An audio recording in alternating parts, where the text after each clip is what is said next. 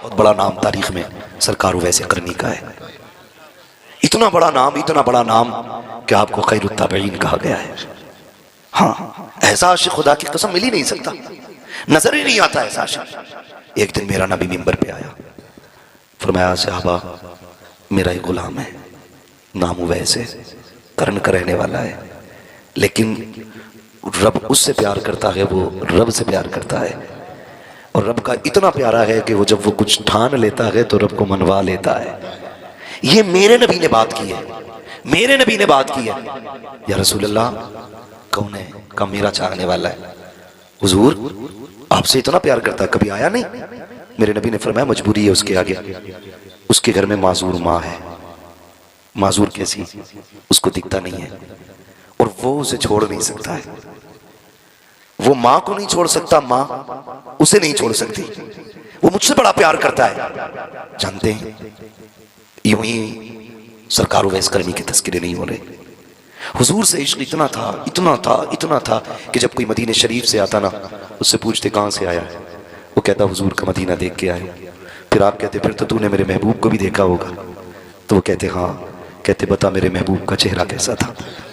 जब ये बातें होती उनकी आंखें बरसती।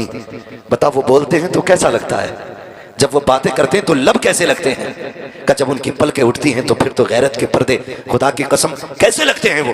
तो जुबाने वाला देखता, फिर हुजूर की बातें करता। आप ऊँटनी का दूध निकालते, उसको पिलाते और कहते जितनी देर लगे ना मेरे हुजूर की बातें बताता रहे, मेरे हुजूर की बातें बताता रहे। जब आपसे ये बात होती और सारी बातें हो जाती, वो चला जाता। फिर कहते काश मैं भी हुजूर की बारगाह में जाता, काश मैं भी हुजूर की बारगाह में जाता। आप घर आए, माँ के पैर दबा रहे हैं, और माँ के पैर दबाते दबाते आंख से आंसू का कतरा गिरा। जब माँ के पैर पे आया ना, तो माँ वो होती है जो आंसुओं की गर्मी से बेटे का दर्द महसूस कर लेती है, सिर्फ आंसुओं की गर्मी से। पैर दबा रहे माँ के, माँ तो नाबीना है। जैसी आंसू का कतरा गिरा ना, माँ कहती है लालू वैस क्या बात है, खैर तो है ना? आज बड़ा बेकरार लग रहा है। रो के कहते अम्मी आज इश्क़ रसूल में ऐसा दर्द है सीने में, अगर मैं मदीने न जा सका तो कलेजा फट जाएगा। अम्मी काफिला मदीने जा रहा है, इजाजत दे, तेरा लाल भी महबूब को देखना चाहता है। जब माँ ने बेटे के आंसुओं का एहसास किया, कहने लगी चल ठीक है बेटे जा तो रहा है, लेकिन वादा कर सूरज छुपने से पहले पहले आ जाना है, पहले पहले आ जाना है। सरकार को वैसे करनी ने कहा अम्मी ठीक है। जैसी इजाजत मिली है जल्दी जल्दी सारी तैयारियां की हैं, माँ के खाने का इंतजाम, पानी का इंतजाम, सारा कुछ करके सुबह काफिले के साथ निकले हैं। एक ही तसव्वुर, एक ही ख्याल था, आज यार का दीदार होने वाला है, आज महबूब का दीदार होने वाला है, आज उनको आंखें देखेगी जिनके तसव्वुर में जिंदगी गुजर गई है, आज वो जलवा सामने होगा जिसकी बातें जमाने से सुनता रहा हूँ। अल्लाह अकबर के तसव्वुर लेके चला, जिस काफिले के साथ जा रहे हैं, काफिला थक के आराम कर रहा है। उवैस करनी ने वक्त को देखा, सूरज अपनी रफ्तार से छुपने जा रहा है। ख्याल आया, माँ ने कहा था बेटे उवैस सूरज छुपने से पहले आ जाना। ये सोच करके आपने अपना आराम त्याग दिया, काफिला तो ठहरा रह गया, आपने तोड़ लगाई है। चलते चलते मदीने की सरहद आ जाती है, बच्चों को खेलते देखा, कहते शहजादो आओ मेरे सीने से लग जाओ। बच्चों को चूम रहे हैं, सीने से लगा रहे हैं, लोग कह रहे थे अजीब दीवाना है, ये बच्चों से लिपट रहा है। आप कहते थे शहजादो तुम्हारे कदमों की खाक मेरे सर का ताज बन जाए, क्योंकि तुम उस शहर में रहते हो जिसमें मेरा महबूब रहता है, तुम उस शहर में सांसें लेते हो जिसमें मेरा यार सांसें लेता है। ये कहकर के बच्चों को सीने से लगाते, प्यार करते, फिर कहते शहजादो बताओ मेरा महबूब कहाँ मिलेगा। किसी ने बड़ों की तरफ इशारा किया, कहा फला से बात करो। उनसे पूछा नबी कहाँ है, उन्होंने कहा मस्जिद नबी में मिलेंगे या हुजरा आयशा में मिलेंगे। जाए तोड़ करके आप आए हैं, वक्त की किल्लत थी, आकर के आपने मस्जिद नबी के दरवाजे पर जैसी दरवाजा खोल करके देखा, हुजूर का जलवा नजर नहीं आया। फिर ख्याल आया आयशा सिद्दीका के हुजरे में होंगे। आवाज देकर कहते हैं उम्मुल मोमिनीन मुझे मुस्तफा से मुलाकात करनी है। अंदर से आवाज आती है कौन है? का परदेसी हो, का ठहर जा इंतजार कर ले, तू जिससे मिलने आया है वो अभी अभी बाहर जा चुके हैं। इतना सुनना था, वो वैसे करनी का कलेजा तड़प जाता है। कहते हैं क्या किया जाए? कहा कब तक आएंगे? कहा ये तो नहीं कहा जा सकता है, लेकिन थोड़ी देर में आ जाएंगे। सरकार को वैसे करनी बेकरार हो करके कभी मेहराब देख रहे हैं, कभी मिंबर देख रहे हैं, कभी मुस्तफा के खड़े होने के मुसल्ले पे निगाहें जाती है। फिर ख्याल आता है उम्मुल मोमिनीन आप साइड से हो जाइए। कहा किस लिए? कहा महबूब को तो न देख सका, महबूब के नीचे बिछने वाली चटाई को देख लो, जिस मसरत पे मेरा महबूब तकिए लगा के बैठता है, मैं उस मसरत को चूमना चाहता हूँ। उम्मुल मोमिनीन आयशा सिद्दीका फरमाती है जब उवैस अंदर आए थे, बाल बिखरे हुए हैं, मिट्टी लगी है पूरे कपड़ों पर, देखने में दीवाना लग रहे हैं। कभी दीवार चूम रहे हैं, कभी मेहराब चूम रहे हैं, कभी मिंबर से लिपटते हैं, कभी खजूर के सुतूनों से लिपट जाते हैं, कभी हुजूर के नीचे बिछने वाली चटाई को चूमते हैं। उम्मुल मोमिनीन कहती है, अरे अगर इतना ही इश्क है तो इंतजार क्यों नहीं कर लेते? कहते मजबूरी है माँ, अगर वक्त होता पूरी जिंदगी उसकी राहों में बैठ के गुजार देता, लेकिन क्या करूं मजबूरी है, जब वो आ जाए तो मेरा सलाम कह देना। ये कह के उवैस रोते हुए पलटे गए। तारीख गवाह है, इधर उवैस ने मदीना छोड़ा है, उधर मेरा नबी मस्जिद नबी में आया है। आके करीम ने कदम रखा है, आते ही लंबी लंबी सांसें ली है। जब लंबी सांसें ली है, उमर अर्ज करते हैं, या रसूल अल्लाह लंबी सांसों की वजह क्या है? आके करीम फरमाते हैं, खुशबू बता रही है, मेरा यार आकर के गया है, मेरा दीवाना आकर के गया है। आका किसकी बात कर रहे हो? कहते उम्मुल मोमिनीन बताओ तो सही, कौन आया था? कहा आका वो जो आया था उसके बाल खुले थे, कपड़ों पे मिट्टी लगी थी, देखने में दीवाना लग रहा था और ऐसा आशिक था, कभी मिंबर से लिपट के रो रहा था, कभी चटाइयों से लिपटता था, कभी खजूर के सुतून से लिपटता था। आका मैंने उससे कहा था ठहर जा, अगर इतना ही प्यार है तो इंतजार क्यों नहीं कर लेता? कहते महबूब उसने ये कहा था, अगर वक्त होता पूरी जिंदगी उसकी राहों में गुजार जाता। आका करीम की आंख में आंसू आए, कहा उमर तुम नहीं समझे, ये जो आके गया है ये कोई और नहीं, मेरा दीवाना। अब वैसे करनी इस जगह से गुजर के चला गया। वक्त कम है मेरे बाबू, बस जरा सुने। जब इतनी बात कही ना, फरमाते उमर जल्दी करो, 22 का ई को कम करो। कहते उमर जल्दी करो, क्या? आका इरशाद फरमाए, मेरे उवैस को ढूंढ के लाओ। जब तक उमर तलाश करते निकलते, हजरत उवैस करनी मदीना छोड़ चुके थे। उसके दिल से पूछिए नाकामियों की लज्जतें, जो मुसाफिर लुट गया हो जाके मंजिल के करीब। और भाई मेरे मुर्शिद ताजुश शरिया मक्का शरीफ गए, मदीना जाने की तमन्ना थी, वहीं से वापस कर दिया। आपने क्या कहा था? आपने कहा था काश गुंबदे खजरा देखने को मिल जाता। ये तो सभी की तमन्ना है, ये 1400 साल के बाद के आशिक की तमन्ना है, फिर नबी के उवैस की तमन्ना क्या रही होगी? उसके दिल से पूछिए नाकामियों की लज्जतें, जो मुसाफिर लुट गया हो जाके मंजिल के करीब। कहते हैं वापस पलटे, उमर कहते हैं या रसूल अल्लाह वो जा चुके, मुझे नहीं मिले। हुजूर की आंख में आंसू आ गए। इधर उवैस करनी अपने वतन आए और जैसी दरवाजे पे दस्तक दी, आवाज़ नहीं लगाई, अंदर से आवाज़ आई उवैस आ गए हो? जी अम्मी, बस इतना कहा, पैर दबाने बैठ गए। माँ थी ना, वो तो खुश थी, आज मेरे लाल को मुराद मिल गई, आज मेरा लाल जिसके इश्क में तड़प तड़ाव से देख के आया। कहती बेटे अब बताना तेरे महबूब का चेहरा कैसा था, अब तो देख के आया है ना, बता जब वो तुझसे मिले और तू उनसे मिला तब कैसा लग रहा था? चीख निकल गई सरकार वैसे करने की, माँ के कदमों में सर रख के रोने लग गए। माँ उठ के बैठ गई, शहजादे क्या हुआ? कामी जिस यार से मिलने गया था उस यार को देख नहीं पाया। माँ जब इतना सुना ना बेकरार हो गई। उवैस क्या हुआ बेटे, क्या वो तुझसे मिले नहीं? कामी जब मैं गया वो मेरे जाने से पहले कहीं जा चुके थे। कहा तो फिर ठहर जाते। कामी ठहरता कैसे, अगर रुक जाता, तूने मुझे सूरज छुपने तक का वक्त दिया था। माँ अगर मैं रुक जाता ना तो फिर जो वक्त तूने दिया था तेरी नाफरमानी हो जाती। माँ मैंने तेरी रजा के लिए महबूब का दीदार कुर्बान कर दिया। जैसे इतना कहा माँ ने ना, आ मेरे करीब आ मेरे लाल, बुलाया सरकार वैसे करनी को, गोद में रखा लाल का सर और देखो माँ माँ होती है। उसके बाद आंचल उठा के कहा था मेरे मालिक तू जानता है ना मेरा उवैस तेरे महबूब को देखने गया था और इसने मेरी रजा के लिए अपनी मोहब्बत की कुर्बानी दे दी है। मालिक मैं अपने उवैस से राजी हूँ, तू भी मेरे उवैस से राजी हो जा। उवैसे करनी कहते हैं। उसके बाद माँ ने उठाया, सीने से लगाया, कहा सुपोछ ले लाल, सारा जमाना मदीने वाले की बातें करेगा, मदीने वाला अब मिंबर पे तेरी बातें करता रहेगा। सुभान अल्लाह, सुभान अल्लाह। और ये दुनिया ने देखा। फिर मेरे नबी ने मिंबर पे खड़े होकर कहा था सहाबा तुम में से कोई उससे मुलाकात करे ना तो मेरा कुर्ता देना और उससे कहना मेरी उम्मत के लिए दुआ कर दे, मेरी उम्मत के लिए दुआ कर दे।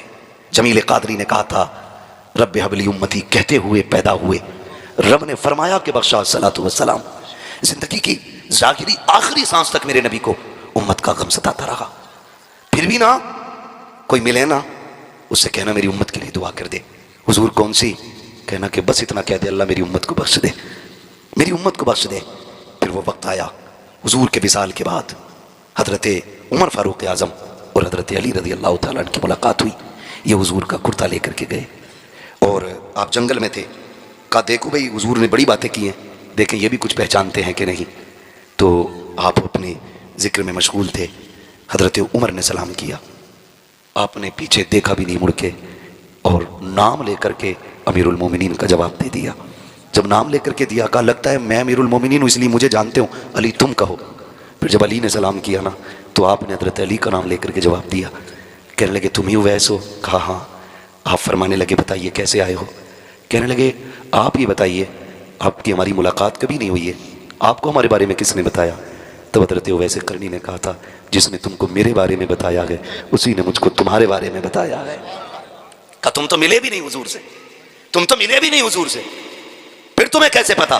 कहते तुम तो हुजूर के कुर्ब में रहे हो ना, बताओ ना हुजूर की ये जो अबरू थी ये मिली हुई थी कि अलग अलग थी? ये हजरत उवैस पूछ रहे हैं, वैसे करनी कह रहे हैं हजरत उमर से, हजरत अली से। कहा चलो तुम तो कुर्बत में रहे हो, मैंने तो नहीं गुजारा उनके पास वक्त, तुम बताओ मेरे महबूब की ये अबरू कैसी थी, अबरू कैसी थी? जब इतनी बात सुनी ना दोनों खामोश, इसलिए कि ये ऐसे हया और अदब वाले लोग थे, कभी नजर भर के हुजूर का चेहरा देखा ही नहीं था, कभी नजर भर के देखा ही नहीं था, एक दूसरे का मुंह देखने लगे। कहा हमने कभी नजर भर के देखा ही नहीं। फरमाने लगे ये पास रहने का कमाल है, आओ तुम्हें बताऊं। कहा जब दूर से देखो तो ये मिली हुई लगती थी, और जब करीब से देखो तो दोनों अबरू जुदा नजर आया करती थी। कहा तुम्हें कैसे पता? कहा फर्क इतना है, तुम जाहिर में हुजूर के सामने रहते थे, मैं बातिन में हुजूर के साथ रहता था। उसके बाद जब हजरत उमर ने अगली बात कही, ये ले क्या है? कहा ये हुजूर ने आपके लिए भेजा है। बस खुदा की कसम फिर मंजर ये लगता, उसको सर पे रखा, कहने लगे मेरे लिए? जी आपके लिए। आंखों में आंसू आ गए। और कुछ भी कहा मेरे नबी ने? कहा मेरे उवैस से कह देना वो मेरी उम्मत के लिए दुआ कर दे। कहते फिर कहो क्या कहा? मेरे उवैस से कह देना मेरी उम्मत के लिए दुआ कर दे। हाँ मेरे उवैस से कह देना मेरी उम्मत के लिए दुआ कर दे। उवैस करनी की चीख निकल गई, मैं और मेरी औकात इतनी कि वो अपना कह के आवाज दे रहे हैं। कहा चाहिए क्या? कहा हुजूर ने उम्मत की दुआ की दरखास्त की कि कह दे मेरी तरफ से मेरी उम्मत के लिए दुआ कर दे। खुदा की कसम तारीख गवाह है, वैसे करनी ने जुब्बा जो है रखा जमीन पे, सजदे में आ गए, कहते हैं अल्लाह मेरे महबूब की उम्मत को बख्श दे, उम्मत को बख्श दे। आवाज आती है उवैस प्यारे महबूब का दिया हुआ तोहफा तो पहन ले, हम वादा करते हैं बनु कलाब की बकरियों के बालों के बराबर तेरे महबूब की उम्मत बख्शेंगे। कहते नहीं मालिक मैं अब भी राजी नहीं हूँ, मैं जुब्बा तब पहनूंगा जब तू और उम्मत बख्शेगा। आवाज आती है आधी उम्मत बख्श दी है, अब तो पहन ले। कहते मालिक और बख्श। आवाज आती है उवैस सर उठा ले, आधी उम्मत तेरी दुआ से बख्शेंगे, आधी उम्मत अब्दुल कादिर जीलानी की दुआ से बख्शी जाए। अल्लाह हुआ। अर्ज करते मालिक ये अब्दुल कादिर कौन है? आवाज आती मेरी महबूब की उम्मत में शहजादा पैदा होगा। जिस तरह नबियों में मैंने महबूब को कमाल बख्शा है, उसी तरह मैंने वलियों में अब्दुल कादिर जीलानी को कमाल बख्शा है। आधी उम्मत तेरी दुआ से, आधी अब्दुल कादिर की दुआ से बख्शी जाएगी। मुकद्दर के धनी हैं हम लोग, किस्मत वाले हैं कि हमें सरकार बगदाद का दामन मिला है। आज भी ना बरेली शरीफ से यही आवाज आती है, कादरी कर कादरी रख कादरियों में उठा, कदर अब्दुल कादिर कुदरत नुमा के वास्ते। पूरी जिंदगी सरकार बगदाद की आप पढ़ लें, वो मेरे नबी के जमाल का मजहर भी हैं, कमाल का मजहर भी हैं। जमाल का मजहर खुदा की कसम बेहद खूबरू, कमाल का मजहर हुजूर आए, आते ही हुजूर ने सजदा किया, गौसे पाक आए, आते ही गौसे पाक ने रोज़ा रखा, रोज़ा रखा। हुजूर ने आते ही सजदा किया, सरकार गौसे पाक ने आते ही रोज़ा रखा। ये हुजूर के कमाल के मजहर। और फिर आदतें देखें, आता है फ़कीरों पे उन्हें प्यार कुछ ऐसा, खुद भीख दें और ख़ुद कहीं मंगते का भला हो। माफ़ कीजिएगा आज हमारे रवैये बड़े अलग हैं। हम ना ज़कात भी रमज़ान की देते हैं ना, ज़कात तो वो भी कैमरे के सामने ला के देते हैं, जबकि वो हमारा नहीं है। ज़कात हमारा नहीं है, माल वो अल्लाह का जो हमने निकाला है, तो उसको दिखाने का तो कोई हक ही आपको नहीं पहुंचता। हम ज़कात भी दिखा के देते हैं। बगदाद वाले की ज़िंदगी पढ़ें, हमेशा दूसरों के काम आते रहना, यही बगदाद वाले के चाहने वालों की पहचान होनी चाहिए। पहचान होनी चाहिए, सीधी सी बात है। जो भी मसला होता है, चाहे वो जिन्नात से टकराना हो, हालात से टकराना हो या हुकूमत से टकराना हो, खुदा की कसम सबसे पहले जो सर पे कफन बांध के जमात आगे आती है ना, वो उलमा की जमात होती है। हमारी जिम्मेदारी बनती है कि हम अपने उलमा के एक एक कौल, एक एक हुक्म को अपनी निगाहों के सामने रखें। अगर ये हमसे कहें खड़े हो जाओ, तो फिर हम फिक्र न करें और सोचें नहीं इसने कहा क्यों है, समझें कि अगर कहा है तो कोई फ़ायदा ही होगा। मैं आपको याद दिला दूं कि इस बीच में जितने भी नामूस रिसालत पर होने वाले हमले हैं या जो भी बकवास हुजूर की इज्जत और नामूस के खिलाफ की गई है, उनमें सबसे आगे सिर्फ और सिर्फ उलमा की जमात नजर आई है। उलमा की जमात नजर आई है। आपसे इतनी गुजारिश है, इलेक्शन लड़ो, पूरी जिंदगी हो गई, पिरदानी और ठेकेदारी चलाते चलाते इस बार इतना कर लेना जैगम भाई, कोई भी वोट मांगने आए ना उससे कह देना विकास न कर हमारा, जितनी सबको लाइट मिलेगी उतनी हमें मिल जाएगी, जितने टूटे रोड पे दुनिया चलेगी उतने पे हम चलेंगे। रह गई हाईवे की बात, तो न तुम फ्री गुजरते हो ना हम फ्री गुजरते, पैसा तुम देते हो पैसा हम देते। इस बार इलेक्शन विकास के नाम पे नहीं, हुजूर की नामूस के नाम पे होना चाहिए। बेशक बेशक। हमारा वोट उस शख्स को जाएगा जो हमारे नबी की नामूस की हिफाजत की बात करेगा। ये ख्याल रखिएगा, हमारा काम लड़ना नहीं है इलेक्शन, ना हम आएंगे आपसे वोट मांगने के लिए। हमारा काम सिर्फ इतना है कि हमारा रिश्ता हुजूर से जितना मजबूत से मजबूत हो सके उसे मजबूत से मजबूत तर बनाया जाए। समझेंगे ना इंशाल्लाह। बाकी कोई भी बंदा आके कहे कि भाई मैं क्या क्या मिलता, बेरोजगार भत्ता है, कॉलोनी, ये तो नहीं बैठे हो, चुप बैठे हो है ना, कॉलोनी ये 70 वाली 3.5 लाख वाली दिलवा देंगे, लात मार देना। कहना बिना छत के तो गुजारा हो सकता है, बिना महबूब रब के गुजारा नहीं हो सकता है। यही हमारा ऐलान रहना चाहिए। अगर हमारा वोट चाहिए तो विधानसभा में, संसद में हमारे नबी की नामूस की बात उठाओ, हमारे नबी की अजमत की बात करो और उन जबानों को ताले लगवाओ जो मेरे नबी के खिलाफ भौंकती है। वोट नहीं, हमारा लहू भी तुम्हारे लिए होगा। और अगर आप ये नहीं करते, सिर्फ 5 साल की सूखी रोटी का लालच लेके आए हो तो मुंह पे मार देंगे तुम्हारे, इसलिए कि हम तुम्हारे टुकड़ों पे नहीं, हम अजमेर वाले के टुकड़ों पे पलते हैं। हम तुम्हारे टुकड़ों पे नहीं, अजमेर वाले के टुकड़ों पे पड़ते हैं। और तुम्हारी औकात क्या है तुम हमें 5 साल पाल सको? तुम 5 सेकंड हमें नहीं पाल सकते हो। ये सिर्फ रब्बे कायनात की जात है जो पूरी कायनात को पाल रहा है। ये सिर्फ उसी की जात है जिसने कायनात को पाल रखा है। तो अपने उलमा का साथ देंगे इंशाअल्लाह, वादा करें इंशाअल्लाह। इंशाअल्लाह हमें सबसे बड़ा झूठा दलाल बन के आता है इलेक्शन में। सही बात। वो आके कहता कसम से चच्चा मेरा भरोसा करो, तुम्हारी गली पक्की जरूर होनी है। वो बिछने वाली ईंट से तो पक्की नहीं होती, वो गिरने वाली ईंट से जरूर पक्की हो जाती है। तो भरोसा नहीं, जरूरी है कि हम रोडों पे चले। वो कहा था ना किसी ने, जो उनकी इज्जत पे आंच आई, हम अपनी इज्जत का क्या करेंगे? जब हुजूर की इज्जत नहीं रही तो फिर हम रोडों का क्या करेंगे यार? तो मुबारक हो तुम्हें पक्के महल्लात, हमें कच्ची झोपड़ी में हुजूर की इज्जत प्यारी लगती है। तो हमने आज तक अपने उलमा को नजरअंदाज किया, जिसके नतीजे में हमें ये दिन देखने मिलेंगे, ये दिन देखने मिलेंगे। अल्लाह ताला हमें अपने उलमा का एहतराम करने की तौफीक अता फरमाए। क़यामत में जब हुजूर हसन को आवाज दें तो पहले मदीने का हसन आगे आए, फिर बरेली का हसन आगे आए, फिर सारे गुलाम पीछे पीछे चले आए, है ना। लाजिम ये नहीं है कि 4-5 दीवान पढ़ के निपटो तभी हसन बनो। क्या बात है? 3-4 कलाम पढ़ के हटो तभी आपका नाम सना खानों में आएगा। याद ना हो तो याद कर लो, जब मिस्र में हुस्ने यूसुफ की बोली लगी, अमीरों की तिजोरियां खुली, लोग हीरे जवाहरात लेके हुस्ने यूसुफ के खरीदार बन के खड़े थे ना, वहीं पे लोग तमाशाई बन के खड़े थे। उसी भीड़ में 5 शेर रुई का काता हुआ धागा लेकर के एक बूढ़ी भी आई थी। उसने हटो बच्चों का शोर बुलंद किया। नौजवानों ने कहा कौन है? जब मुड़ के देखा, बूढ़ी की गोद में रुई का काता हुआ धागा था, उसको दबा के बगल में आ रही है। नौजवानों ने कहा था दिखता नहीं भीड़ कितनी है, हम भी तो तमाशाई हैं। उसने कहा तुम तमाशाई हो लेकिन मैं खरीदार बन के आई हूँ, मैं खरीदार बन के आई हूँ। तब देखने वालों ने कहा था, हंसे क्या खरीदने आई है? कहा जिसको सारे अमीर खरीदने आए हैं उसे मैं भी खरीदने आई। और से सुनिएगा, मैं कुछ बताना चाहता हूँ। वाकया तो सबको पता होगा क्योंकि यूसुफ जुलेखा की मोहब्बत बुढ़े बुढ़े को पता है। क्या बात है? भले ही मसला अपनी बीवी से ना हो कतई, है ना। तो ये दास्तान सभी को मालूम, लेकिन ये बीच बीच में शेर पढ़ने का मसला बता रहा हूं। आधा मिसरा तुम पढ़ो, आधा हम पढ़े, उस बात को मैं समझा रहा हूं। उसने कहा था तू किधर? उसने कहा जहां अमीर आए हैं वहां हम भी आए हैं। कहा अपनी औकात देख और मिस्र का सौदा देख, अपना धागा देख, दीगर खरीदार देख।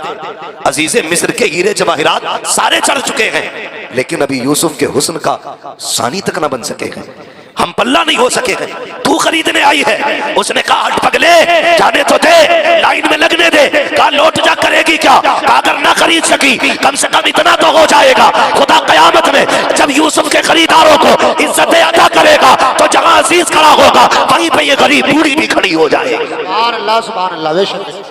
जरूरी तो नहीं है ना कि हम 2-3 दीवान पढ़ के तभी आशिक बनेंगे। मैं कहता हूं खुदा की कसम, हल चलाओ फिर भी ये पढ़ो सबसे आला वो औला हमारा नबी। खेत में दाना डालो फिर भी ये कहो सरवर कहूं के मालिक व मौला कहूं तुझे। आप जो काम करो हर काम में मुस्तफा की नात पढ़ते रहा करो, नात पढ़ते रहा करो। लहद में इश्क रुखे शह का दाग लेके चले, चले तेरे गुलामों का नक्शे कदम है रागे खुदा, वो क्या भटक सके जो ये सुराग लेके चले। तो रिश्ते मजबूत करें, रिश्ते मजबूत करें। मैं अर्ज कर रहा था सरकार गौसे पाक, पूरी दुनिया में बगदाद वाले की 11वीं का तज़किरा है, कहीं 17वीं है, कहीं 11वीं है, कहीं 27वीं है, कहीं 26वीं है। यही मेरे बगदाद वाले का चर्चा है। मैं थोड़ा सा बर्दाश्त करेंगे, कड़वी दवाऊं, मैं बड़े अच्छे माहौल में भी नीम घोल देता हूं, मगर याद रखें दवा जितनी ज्यादा कड़वी होती फायदा उतना ज्यादा करती है।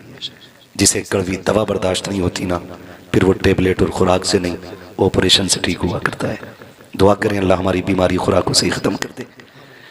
हम सब अपने बारे में ये बात करते हैं।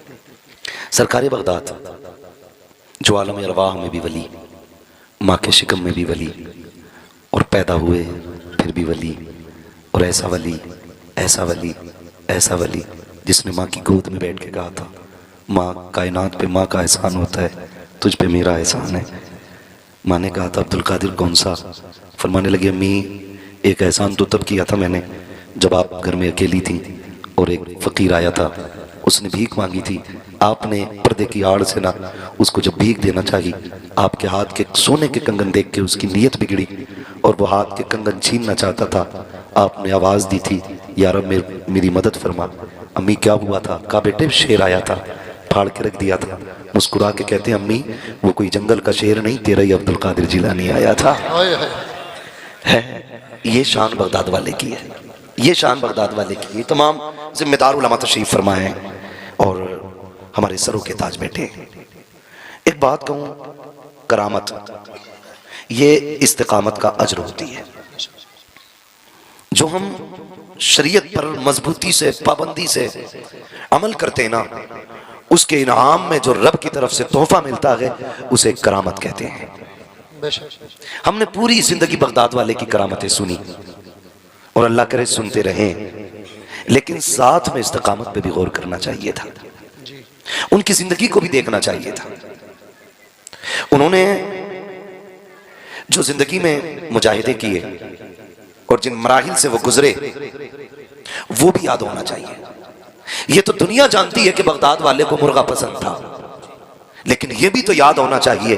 फरमाते हैं जब मैं पढ़ने के लिए गया ना, मैंने एक एक महीने की भूख काटी है। आप इससे इल्म और उलमा का अंदाजा लगाइए।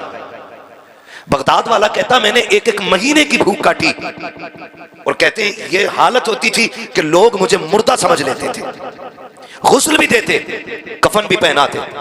जब जनाजे में लेटा के नमाज की तैयारी होती मैं बिस्मिल्लाह पढ़ के उठ के बैठ जाता था। इन मराहिल से भी बगदाद वाला गुजरा है।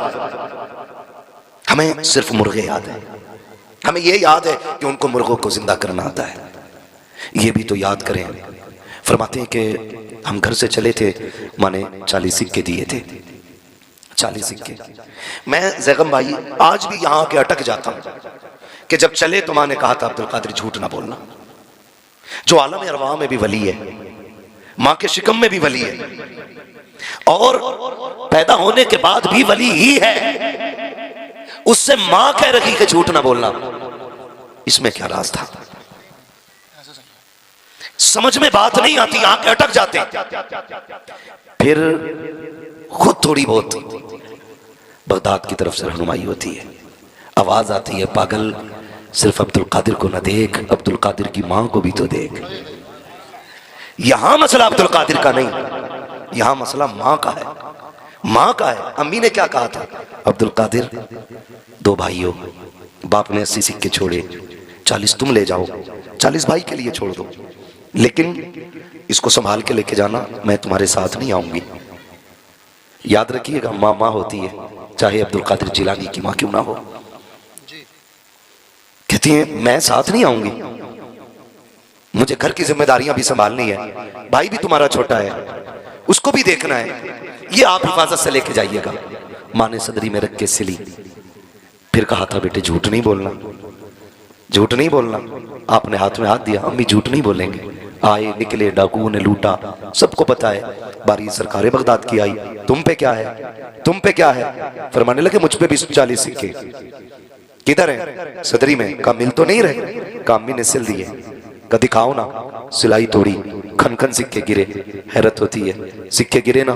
सरदार ने कहा था अजीब बच्चा है, झूठ बोल देता, ना कह देता हमें तो मिल ही नहीं रहे थे, झूठ बोल देता सिक्के बच जाते। बगदाद वाले ने कहा मैं झूठ बोल के सिक्के तो बचा लेता, लेकिन माँ से किया हुआ वादा टूट जाता, माँ से किया हुआ वादा टूट जाता।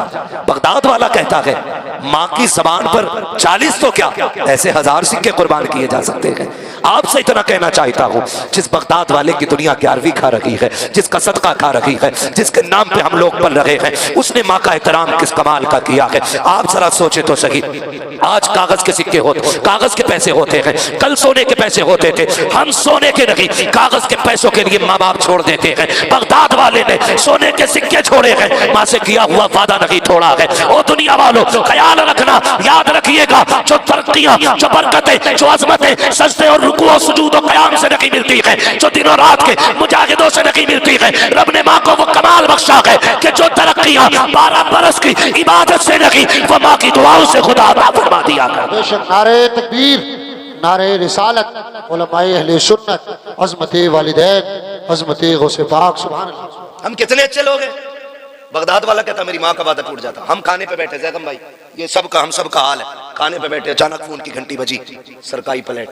अम्मा कहते रुक बेटे, खाना खा जा। माँ, पुराने लोग ना एक बात कहते हैं कि कभी आगे खाना छोड़ के नहीं उठना चाहिए। ये बड़े बूढ़ों की बातें हैं और काफी हद तक सच होती है इनकी बातें, इसलिए कि इन्होंने पढ़ करके नहीं, इन्होंने देख कर और सीख करके कहा है। बेटा उठा, माँ ने हाथ पकड़ लिया, बेटे खा के जा, खा के जा। हम कहते नहीं बस अभी आ रहा हूं। माँ बैठी रह गई, हम आ गए। क्या कर रहा था यार? खाना खा रहा था, हाथ भी नहीं धोए। हाथ तो धो लेता। कम्मी पीछा करती रह गई। कहा क्या कह के आया? अम्मा को बेवकूफ बना दिया। 2 मिनट लगे। नादान, माँ को बेवकूफ न कहे। खुदा की कसम खा के कहता हूँ, आज भी जिस बीमारी को मशीनें, चेकअप और बड़ी बड़ी लैबों में ले जा करके परखा और जांचा जाता है ना, माँ नजर डाल के बेटे की उस बीमारी को पकड़ लेती है। आज भी माँ औलाद के लिए सबसे बड़ा तबीब होती है, सबसे बड़ा हकीम माँ होती है। और समझने की कोशिश करें, दोनों बातें आ जाएंगी। बहुत सरकार बगदाद रज़ी अल्लाह ताला, आप कहीं जा रहे हैं, दरियाई नील आपको पार करना था।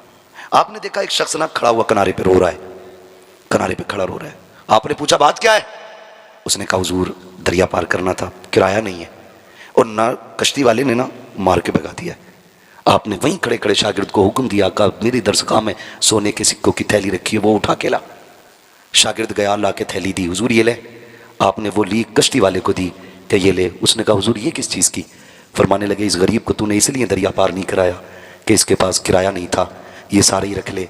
आज के बाद कोई भी गरीब आए ना, उससे किराया ना मांगना, उसे अब्दुल कादिर के पैसे से दरिया पार कराते रहना। ये उन लोगों के लिए जिन्हें हम ये कहें कि उनके लिए अजनबी, जिनसे खून का रिश्ता नहीं, उनके लिए इतनी मेहरबानी। आज ना 11वीं तो हम करते हैं, बुरा मत मानना, 11वीं तो हम करते हैं, लेकिन 11वीं पे सिर्फ हमारा ही हक होता है और किसी का नहीं। हम 1100 रुपए का जर्दा बनाएंगे, लेकिन सिर्फ खुद ही खा लेंगे। मेरे भाई, कभी ऐसा भी तो कर कि तेरे घर में 11वीं के 11 रुपए की भी न्याज हो ना, तो पहले अपने बच्चों को नहीं, जरूरतमंदों को खिला, बच जाए फिर अपने बच्चों को खिला, फिर देख बगदाद वाले का करम होता है कि नहीं। लोग कहते हैं हर साल करता हूं 11वीं, मुसीबतें पक्की आ रही हैं, फिर भी बराबर 1100 रुपए जेब में पड़े ना तो निकालेगा 11 ही रुपए। भाई किस किताब में लिखा 11 ही रुपए दो? कौन है ये क्यों तो कह रहा है 11वीं की निस्बत से 11 ही दिए जाते? तो 1100 में भी तो 11वीं की निस्बत है, 11,000 में भी 11वीं की निस्बत है, और 11 लाख में भी 11वीं की निस्बत है। तो 11 ही रुपए क्यों? सस्ता छूटना चाह रहा है। जिनकी 11वीं कर रहा है उन्हें तेरी जेब का भी पता है, तेरी कुटिया का भी पता है। उन्हें पता है 1100 पर्स में रखे और 11 जेब में रखे थे, 11 ही निकाल के दिए। माफ कीजिएगा, कुछ जगहों पे चलन है 11वीं के दिन चंदे का, होता है कि नहीं? मस्जिदों में पैसे इकट्ठे कर लेते हैं। चाहिए साहब किबला 10 रुपए तो भेजता घर से, 11 रुपए और जोहर में जाके कहता लड्डू ही लियो। एक लड्डू कितने का? कम से कम 5 रुपए का एक लड्डू। इतने छोटे छोटे छोटे सारे सैंपल मस्जिद के गेट पे। रुपए दिए 10 11 और लेने बच्चे आगे 5, छठा अब्बा। और फिर कह रहे अच्छा 11वीं के पैसे मान लिए, लड्डू पूरे नहीं पड़े। खुद बता 10 देके 5 लेके जा रहा है। अब इसमें करामत क्या करेगी? ये तो खुलेआम लूट है। या तो ये कहे जितना पैसा है वो शे मंगाओ जो सबको मिल जाए। जरूरी नहीं खाना भी लड्डू ही है, देगा भी 11 रुपए और बच्चे सारे लाएगा। लड़ाई कई इमामों की छुट्टी हो गई। गलत नहीं कह रहा हूं, ऐसे भी हुआ है। ये गमियां खत्म करें। ऐसा भी हुआ है कोई आया कि 5 रुपए कल्लन ने दिए, तो वो 5 रुपए का ऐलान हो गया। बाद में नहीं जी कल्लन नहीं, मैंने मल्लन बोला था। तो फिर वो मल्लन के 5 चढ़ गए। तो 5 रुपए एक ही आया ऐलान। कितनी बार हो गया ऐलान?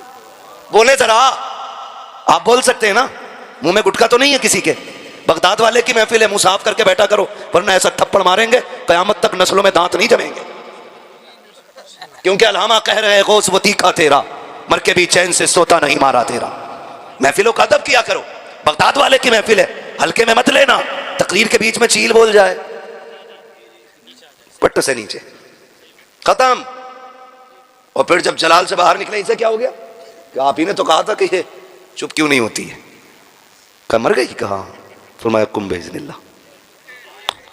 तो मसला यही है। तो ये ना किया करें, ये बिल्कुल ना किया करें।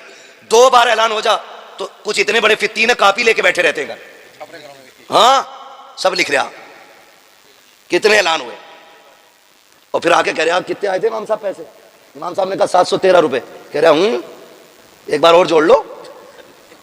कह रहा नहीं भाई 713 ही पूरे डब्बे में रखे हैं, मैंने 1 रुपया जेब में भी नहीं डाला, सारे ही प्लास्टिक के डब्बे में।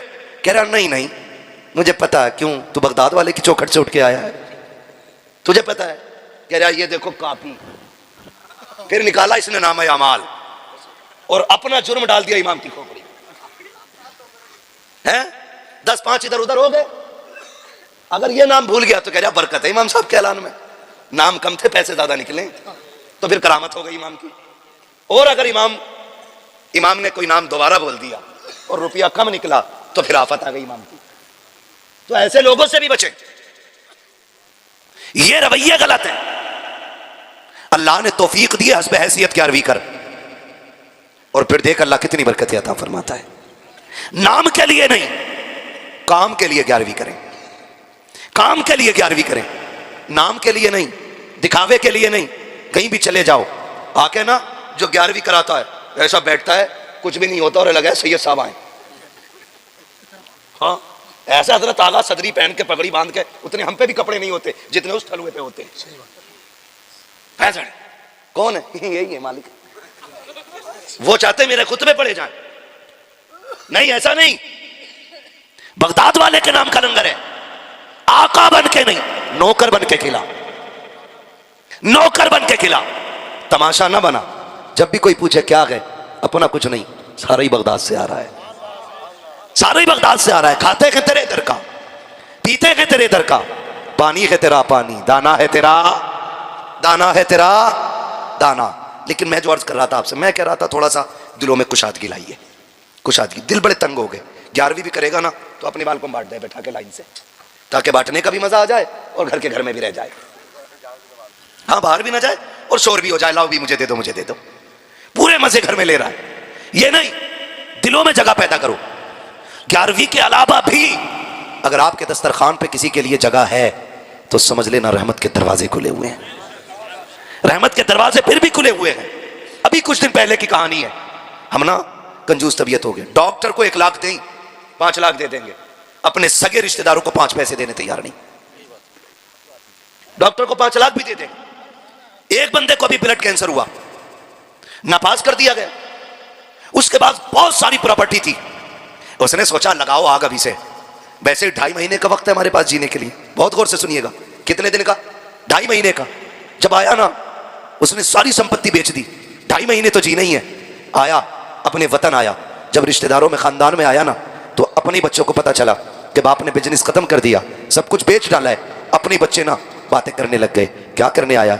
उसको ना पहली रात में इतना बोझ महसूस हुआ, अपनों ने उसके खिलाफ ऐसी बातें की, उसे लगा कि वो अपनों पे नहीं जमीन पे आप एक बोझ बन के रह गया है। उसने फैसला कर लिया कल फिर जाना है, टिकट निकाला, निकालने के बाद फिर वापस पलटना था उसे कि ऐसे अपनों से तो वो गैर बेहतर थे जो कम से कम ताने तो नहीं देते हैं, कहीं ने मेरी 2 वक्त की रोटी भारी लग रही है। ये सोच करके उसने टिकट निकलवाया। अब वो अपनों में बैठना भी नहीं चाह रहा है, सोचा रात कहाँ गुजारूं, रात कहाँ गुजारूं। इस ख्याल से वो बेदीवानापन में बाहर इधर उधर टहलता रहा। मौसम चूंकि बारिश का था, जब बारिश का मौसम देखा, बारिश के मौसम में एक मकान की छत के बगल में चुप के बैठ गया। उस मकान के अंदर से खटखट की आवाजें आती रही। जब बहुत देर तक आवाज बर्तनों की आई, उसने जाके दरवाजा खटखटाया। अंदर से यतीम बच्ची निकली। उसने कहा जनाब क्या बात है? कहा आप यहाँ कैसे? कहा बच्ची पूछना ये था, बात क्या है पूरी रात बर्तन बचते रहे। बच्ची ने आंख में आंसू भर के कहा हम यतीम हैं, हमारा कोई वारिस नहीं है, जब से बाप गया है कोई देखने वाला नहीं है, माफ कीजिएगा आपकी नींद उड़ाना मकसूद ना था। जब बारिश आई है हमारी छत इतनी जगह से टपक रही थी कि बर्तन कभी यहां लगाते थे कभी वहां लगाते थे, हम ठहरे गरीब लोग, इतने बर्तन भी ना थे कि एक वक्त में सब जगह लगा दिए जाते। बच्ची ने रो के इतना कहा, उसको ख्याल आया, जब नजर उठा के देखा वो बच्ची कोई और नहीं, उसकी अपनी सगी भांजी थी। रात के सन्नाटे में सगी भांजी को उसने देखा, पहचान तो यूं नहीं पाया था क्योंकि परसों से परदेश काटा था, कभी अपनों में आने की फुर्सत नहीं मिली थी। फिर ख्याल आया सगी भांजी है, कोई सर पे साया नहीं है। उसने बहन के अंदर आने की इजाजत मांगी, अंदर गया, घर टपक रहा है। उसको ख्याल आया 2.5 महीने की जिंदगी है, इतनी दौलत का क्या करूंगा, क्यों ना ये काम किया जाए, कम से कम अपनों के लिए ये मकान बना जाऊं। ये सोच करके उसने अगले दिन बुलाया तामीर करने वालों को, मेहमान बुलाए गए और उसने कहा काम रुकना नहीं चाहिए, मेरे पास 2.5 महीने का वक्त है, उससे पहले पहले मेरी बेवा बहन का मकान बन जाना चाहिए, यतीम भांजियों का इंतजाम हो जाना चाहिए। तारीख कबा है, 2.5 महीने का वक्त डॉक्टरों ने दिया है, दिनों रात काम चलता रहा, 6 महीने हो गए, मौत नहीं आई है, जिंदगी बेहतर होती जा रही है, काम भी बंद नहीं हो रहा है। जब 7 महीने गुजर गए, ख्याल आया कुछ पैसा परदेश में रह गया था, वो भी लेके आ जाता हूं ताकि अपनों पे लगा दूं। जब वतन से बेवतन हुआ, परदेश गया, डॉक्टर से मुलाकात हुई, कहा यार तू जिंदा कैसे है, तू तो लास्ट स्टेज पे था, तुझे मर जाना चाहिए था। उसने कहा क्या कह रहे हो? कहा हाँ 2.5 महीने से ज्यादा तेरी जिंदगी नहीं है। कहा मैं कल भी ठीक था, आज भी ठीक हूं, जब चेकअप किया गया कोई बीमारी नहीं थी। कहा कौन से दवा की है? उसने कहा तुम्हारा इलाज दुनिया के तबीब करते हैं, हमारा इलाज रब के हबीब ने कर डाला।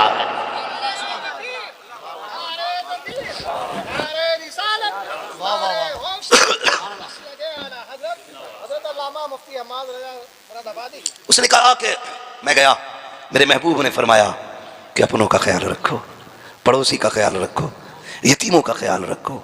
कहा मैंने उनका घर बनाया, रब ने मेरी जिंदगी बना डाली है, खत्म कर दी है, लेकिन बेटी तो बेटी होती है। लेकिन देखो हालात बदलने में देर नहीं लगती है, अगर अच्छे दिन ज्यादा नहीं देर टिक पाते हैं तो बुरे दिन भी ज्यादा देर नहीं रुक पाएंगे, अगर बुरे दिन ज्यादा दिन नहीं रुकते हैं तो अच्छों की भी कोई उम्र नहीं होती है। अल्लाह कादिर मुतलक है, जब चाहे तब तब का पलट देता है, कभी तख्त से उठा के तख्ते पे डाल देता है, कभी तख्ते से उठा के तख्त पे बैठा देता है। ये वही कादिर मुतलक है, कभी उसकी जात को ना भूलना, अकड़ने की जरूरत नहीं है, अपने आप को उसके आगे झुकाए रखना, कभी दौलत पे गुरूर ना करना, नाक मूंछ के झगड़े को एक तरफ डालो, हुजूर के सच्चे गुलाम हो जाओ। नाक की खातिर उसने 10 साल बेटी को नहीं देखा, इत्तेफाक से तबीयत खराब हुई, दर्द हुआ, हॉस्पिटल लोग लेकर के चले गए, डॉक्टर ने चेकअप करके कहा तेरे गुर्दे फेल हो चुके हैं, अब जिंदगी कम रह गई है। उसने कहा बड़ा पैसा है, इलाज की कोई सूरत? उसने कहा बच जाएगा अगर तुझे गुर्दा मिल जाए। उसने कहा जितना चाहे पैसा ले ले, अल्लाह ने बड़ी दौलत दी है, गुर्दा चेंज कर दे। डॉक्टर ने कहा नहीं जी ये गुर्दे मिला खरीदा नहीं करते हैं। कहा फिर कई तेरा अपना गुर्दा देगा,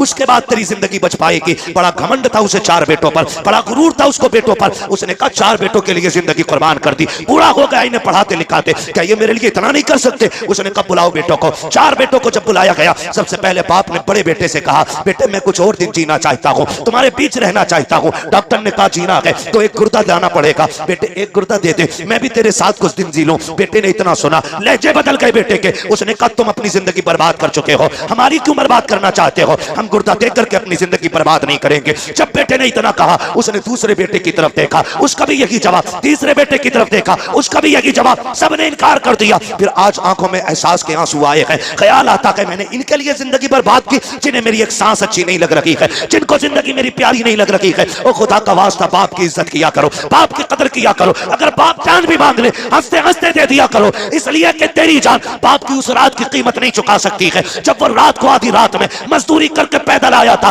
कोई सवारी पे बैठाने वाला नहीं था, थक के आया, तूने मुस्कुरा के अब्बा कह दिया था, उसकी सारी थकन तेरे दो जुमलों से उतर गई थी। नारे तकबीर, नारे रिसालत, नारे गौसियत, मसलक आला हजरत।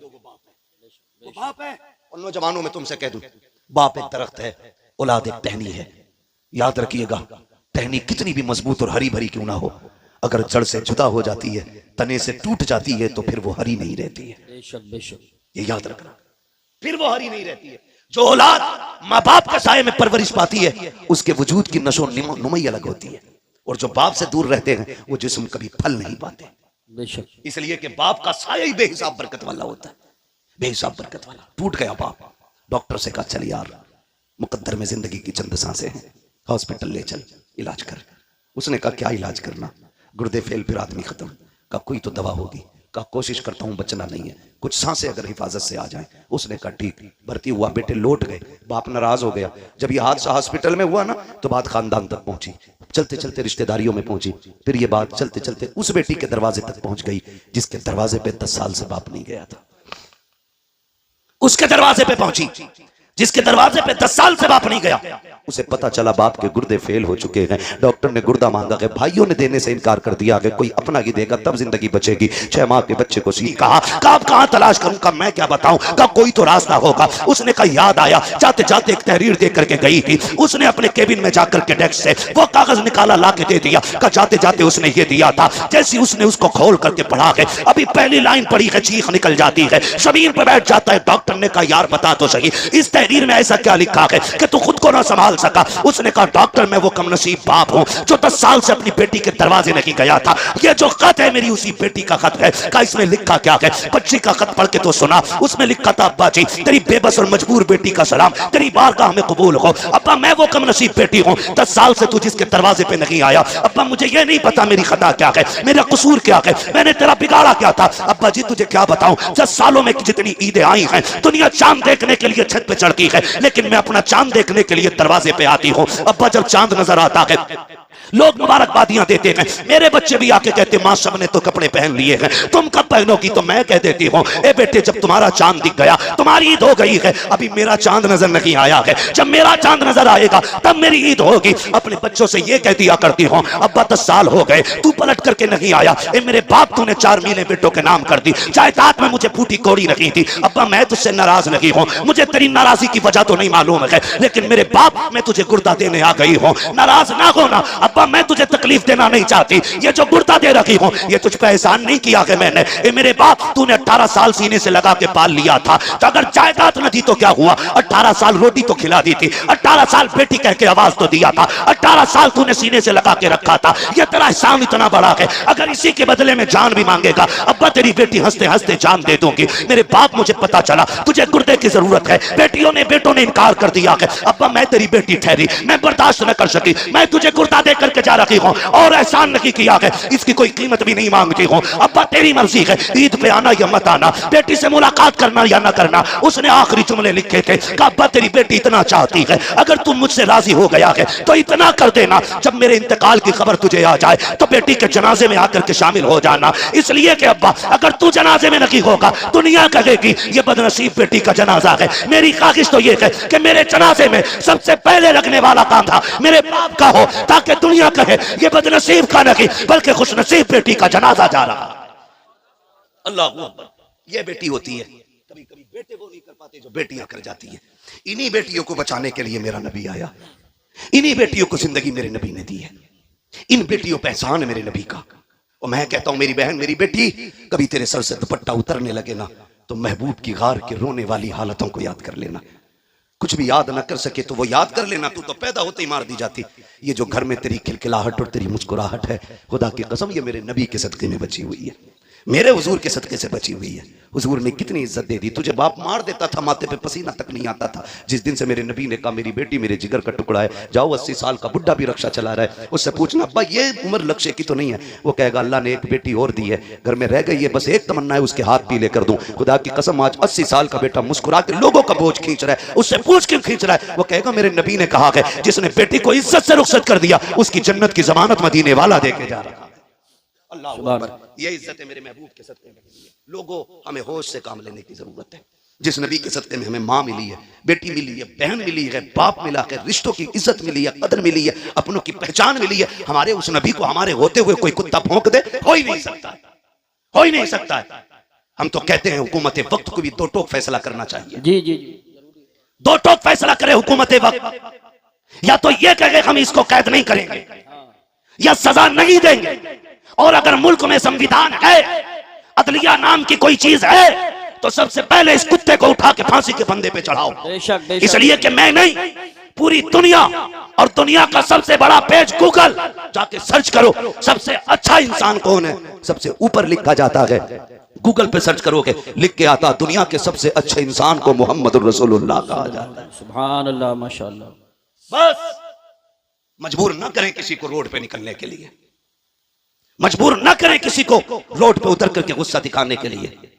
अगर तुम्हारे हाथ में इख्तियार है तो फिर इंसाफ करो, और इंसाफ यह है कि इस कुत्ते को उठा के फांसी तक पहुंचाओ। बेशक, वरना मुंह में हमारे भी जबान है, बोलना हमें भी आता है, लेकिन हमारा मजहब किसी के मजहब के खिलाफ बकवास करने की इजाजत नहीं देता। जी जी जी बेशक। गूंगे नहीं है, सच यह कह के जिन पत्थरों को हमने सिखाई थी गुफ्तगू, जब बोलने लगे तो हम ही पे बरस पड़े। जी जी सही बात। जिनकी औकात दो कौड़ी की भी ना हो, वो मेरे नबी के खिलाफ भौंके। खुदारा आपसे मेरी इतनी गुजारिश है, अपने हुजूर के लिए सारे झगड़े मिटा के एक जगह आओ, एक सफ में खड़े हो, खानदानी झगड़े खत्म, रिश्तों के झगड़े खत्म, दौलत के खत्म, ये आने जानी है कोई मतलब नहीं है। और किसी की कब्र में कोई सोने का ताबूत नहीं रखेगा, किसी की कब्र के सराहने चांदी का सराहना नहीं लगना है। सबके लिए वही मिट्टी वाली जमीन, बेशक वही जमीन है। फर्क सिर्फ इतना, जो हुजूर के लिए जिएगा उसकी कब्र जन्नत बनाई जाएगी, और जो हुजूर से बिछड़ के जिंदगी जिएगा उसकी कब्र अंधेरे का गड्ढा बनाया जाएगा। तुम्हारे हाथ में है, कब्र अंधेरी रखनी है कि रोशन रखनी है। मशवरे के तौर पे मैं ये कह के जाऊंगा, जमीन मैली नहीं होती, जमन मैला नहीं होता, मोहम्मद के गुलामों का कफन मैला नहीं होता। हुजूर से गुलामी का सच्चा वादा करें, एक ही सफ में खड़े हो जाएं, फुरूई इख्तलाफात से निकल आएं, अपने असल मुद्दे पे नजर रखें। हमारा सब कुछ हमारा नबी है। मैं तो खुदा की कसम खा के कहता हूं, जो उनकी इज्जत पे आंच आई, हम अपनी इज्जत का क्या करेंगे भाई? जब उनकी इज्जत महफूज नहीं तो हमारी इज्जतों का होना क्या है? हमारी तो इज्जत भी हुजूर की चौखट से है, हमारा सब कुछ हुजूर से है। नौजवानों, अपने महबूब के लिए आवाज उठाना हमारा हक है। कानून हिंदुस्तान का, संविधान हमें इजाजत देता है, हम अपने मामले के लिए शांति के साथ अपने हक के लिए आवाज उठा सकते हैं। और ये किसी के बाप का हक हुक्म नहीं कि हम गर्दन दबा के रह गए। हमारे मकान जले हम बर्दाश्त करते रहे, हवेलियां तोड़ी गई बर्दाश्त किया, हुजूर के खिलाफ कोई भौंके बर्दाश्त नहीं किया जाएगा। इसलिए कि सब कुछ हमारा हमारा नबी है, सब कुछ हमारा है। मेरे इमाम ने कहा था, जमीन और जमा, अल्लाह आपको सलामत रखे, दीन पे मजबूती से कायम रहे। दीन पे अदद फरमा रहे कि मुर्तद होने का मामला बड़ी तेजी से है, तो उसके लिए मैं तो सबसे आसान काम समझता हूँ, निकाह जल्दी करो और आसान करो, जल्दी करो और आसान करो। देर इसलिए हो जाती है कि लल्ला पैरों पे नहीं खड़ा हुआ है, मुश्किल इसलिए है कि डिमांडें बढ़ रही हैं। पैरों पे खड़ा हो गया तो 20 लाख मांग रहे हैं, और अगर ये पैरों पे खड़े होने से पहले करते हैं तो 20 लाख मांगने की फिर उसकी जरूरत भी नहीं होगी। शादी के बाद पैरों पे खड़ा हो तभी अच्छा है, वरना इस्लाम का मिजाज तो ये कि बच्चे जवान हो जाए ना तो उनका खर्च बाप के जिम्मे नहीं है। इस्लाम तो ये कहता 14 साल का हो जाए फौरन अलग कर दे कि कमाना ले जाओ अपने लिए। तो ये उम्रें जो बढ़ा लेते हैं ना, बहुत ज्यादा हो रही है ना निकाह में ताखीर, इसकी वजह से इर्तिदाद है। निकाह मुश्किल इसकी वजह से भी मुर्तद हो रहे। तीसरी वजह है बेगैरती, वो मेलों से लेके मजारों तक है। बुरा ना मानिएगा, मैं बरेलवी और टनाटन सुन्नी, इसलिए कि मैंने जिस बाप के आंगन में आंख खोली है ना, वो भी टनाटन सुन्नी है। हम कच्चे लोग नहीं है, पक्के लोग। मगर खैरियत जो है ना, मजार से लेकर के बाजार तक, शादी से लेकर मेले तक, कहीं कोई खैरियत नहीं है। सगा भाई ऐसी ड्रेस बहन को लाके देता है कि देखने वाले को गैरत आती है, लाने वाले भाई को गैरत नहीं आती। सही बात, सच्ची बात नहीं है? किसी वलीमे में खाना खाने चले जाओ तो गैरत से ही पेट भर जाता है, रोटी तो हाथ भी नहीं लगती। इसलिए कि अब तो वलीमों में वो तमाशे होटलों में किए कि वहीं पे बेगैरत भाई है और वहीं पे बेगैरत औरतें। जी सही बात। कम से कम अगर औरतें पहले होती भी थी तो पहले मर्द खाते थे, बाद में औरतें बैठती थी। यही है। और उसूल कितने अच्छे थे, मर्दों को मर्द खिलाते थे, औरतों को औरतें खिलाती थी। अब तो बेगैरती का जनाजा, गैरत का जनाजा इतना निकल गया है कि मर्दों को लड़कियां नाश्ता करा रही हैं और लड़कियों को लड़के नाश्ते करा रहे हैं। जिम्मेदार कौन इसका? या तुम या मैं, बस हम ही तो जिम्मेदार हैं। मैं कहता हूं खुदारा हम सब अपने घर में बेटियों के लिए पर्दे और हया को लाजिम कर दें, फिर किसी के घर की बहू बेगैरत नहीं हो सकती है। सुन रहे मेरी बात? हम कितनी सच्चाई जानते लेकिन माइक पे नहीं कह सकते, इसलिए हमारी इशारे में ही मान लिया करो। हमसे दलीलें ना मांगा करो, वरना प्रूफ भी हाथ में रख देते हम लोग। हम अखबार पढ़ के बात नहीं करते, अल्लाह ने आंखें दी है, देख के बात करते। जी जी। कह रहा पहले MBBS बना लूं, सबसे बड़ी मुसीबत है। BUMS करा लूं, फिर करूंगा शादी। BA करते करते उन्होंने खुद BA कर लिया, खुद BA कर लिया, BA का नंबर ही ना आया। मैं तालीम का मुखालिफ नहीं, लेकिन एक सवाल तुमसे, तुमने मजारों के गुंबदों के लिए तो कई कई लाख के चंदे दिए, क्या एक चंदा बच्चियों के स्कूल के लिए किसी गैरत वाले ने इकट्ठा किया? हमारे मजारों पे जो कलश हैं वो सोने चांदी के हैं, और हमारी बेटियां पढ़ने के लिए गैरों के स्कूल में गैरों के रहम करम पर हैं। कौन बचा सकता है हमें? कोई नहीं। सही बात है, बेशक बेशक सही फरमा। अपनी थाली में छेद है, गैरों की जरूरत नहीं हमारे घर में झांक के देख ले। गलती तो हमने की है ना। ट्यूशन के नाम पे कितनी गुंडागर्दी हुई, ऑनलाइन के नाम पे कितनी बर्बादी हुई, क्या ये नहीं हुआ? जाओ, मैं गलत कह रहा हूं तो जाओ YouTube पे जाके सर्च करो। हमारी बेटियों के साथ कितनी बदसलूकी हुई ट्यूशन के नाम पे। किसी को गैरत जागी? कह रहा 10 लाख दिए पीर का मजार बनवाने के लिए। कसम खा के कहता हूं, जा तू सोने का मजार बनवा दे पूरे पीर का, और तेरे 1 रुपए के खर्चे से किसी गरीब की बेटी को तालीम मिल सकती थी या उसकी इज्जत बच सकती थी, तो तेरे 10 लाख से ये 10 रुपए खर्च करना ज्यादा बेहतर है। बेशक। लेकिन हमने जिस तरह मजार सजाए, पीर साहब के घर बनाए, उतने मन से हमने स्कूल और कॉलेजेस नहीं बनाए। अपने होने चाहिए, ये हमारे अपने होने चाहिए। बेशक बेशक, सुभान अल्लाह, हमारे अपने होने चाहिए। वरना कौन ऐसा मुसलमान है इस इलाके में जो 1 लाख रुपए नहीं दे सकता स्कूल के लिए? बिल्कुल दे सकते, सब दे सकते हैं, लेकिन हम इतनी, हमारी गैरत मर चुकी है, हम बेटे के निकाह में 1.5 लाख के पटाखे फोड़ सकते हैं, लेकिन 1 लाख देकर के बेटियों की इज्जतें नहीं बचा सकते। मैं आपसे गुजारिश करके जाना चाहता हूं, अब तक खूब चंदे आपने दिए, या दो तुम्हारी मर्जी है, लेकिन कम से कम एक चंदा ऐसा भी करो जिसमें हमारे स्कूल हमारी बच्चियों के लिए होने बहुत चाहिए। अच्छा पैगाम, उसमें पढ़ने वाली भी बेटी होनी चाहिए, पढ़ाने वाली भी बेटी होनी चाहिए। जी बेशक। अभी कुछ दिन पहले अपनी मुरादाबाद में क्या बच्चियों के नकाब नहीं उतरवाए गए? लेकिन हम तो मौज में रहे। मेरी तो बाईपास पे आ गई है, मेरी तो रोड पे आ गई है, मेरी तो 20 करोड़ की बिक रही है। याद रख, अगर इज्जत चली जाए तो 50 करोड़ से भी धक्का नहीं मिटता है, और बंदा भीख मांग के खाए, इज्जत बचा के खाए, खुदा की कसम अल्लाह उसकी इज्जतों में 4 चांद लगा दिया करता है। बेशक बेशक, सुभान अल्लाह। करेंगे इंशाल्लाह एक चंदा स्कूलों के लिए, अपने बनाओगे अपने स्कूल। वरना मैं आपको बताऊं, मैं थक गया था बच्चों के लिए स्कूल ढूंढता ढूंढता। मुझे अगर इतनी फुर्सत मिल जाती ना तो मैं तुमसे भीख मांग के स्कूल बनाता, लेकिन मुझे इतनी फुर्सत ही नहीं मिलती कि मैं घर पे भी रह सकूं। आपसे मैं कहूं इसकी कितनी अहम जरूरत है, समझ जाए अल्लाह करे। आप बहुत स्कूल देखे हमने, मालूम है होता क्या, हमारे बच्चों को दूसरे धर्मों की तालीम दी जाती है बचपन से। जी जी यही बात है, गलत नहीं कह रहा हूं। कान तब खड़े होते हैं जब हमारे बच्चे आके घरों में भजन गाते हैं। सही बात। ये क्यों का हमारी मैडम ने सिखाया है। हाँ बिल्कुल सही फरमा, गलत नहीं कह रहा हूं। और हम यूं चादर ओढ़े सो रहे हैं। याद रखिएगा, बिल्ली की आंख बंद कर, कबूतर की आंख बंद कर लेने से बिल्ली का खतरा टल नहीं जाता है।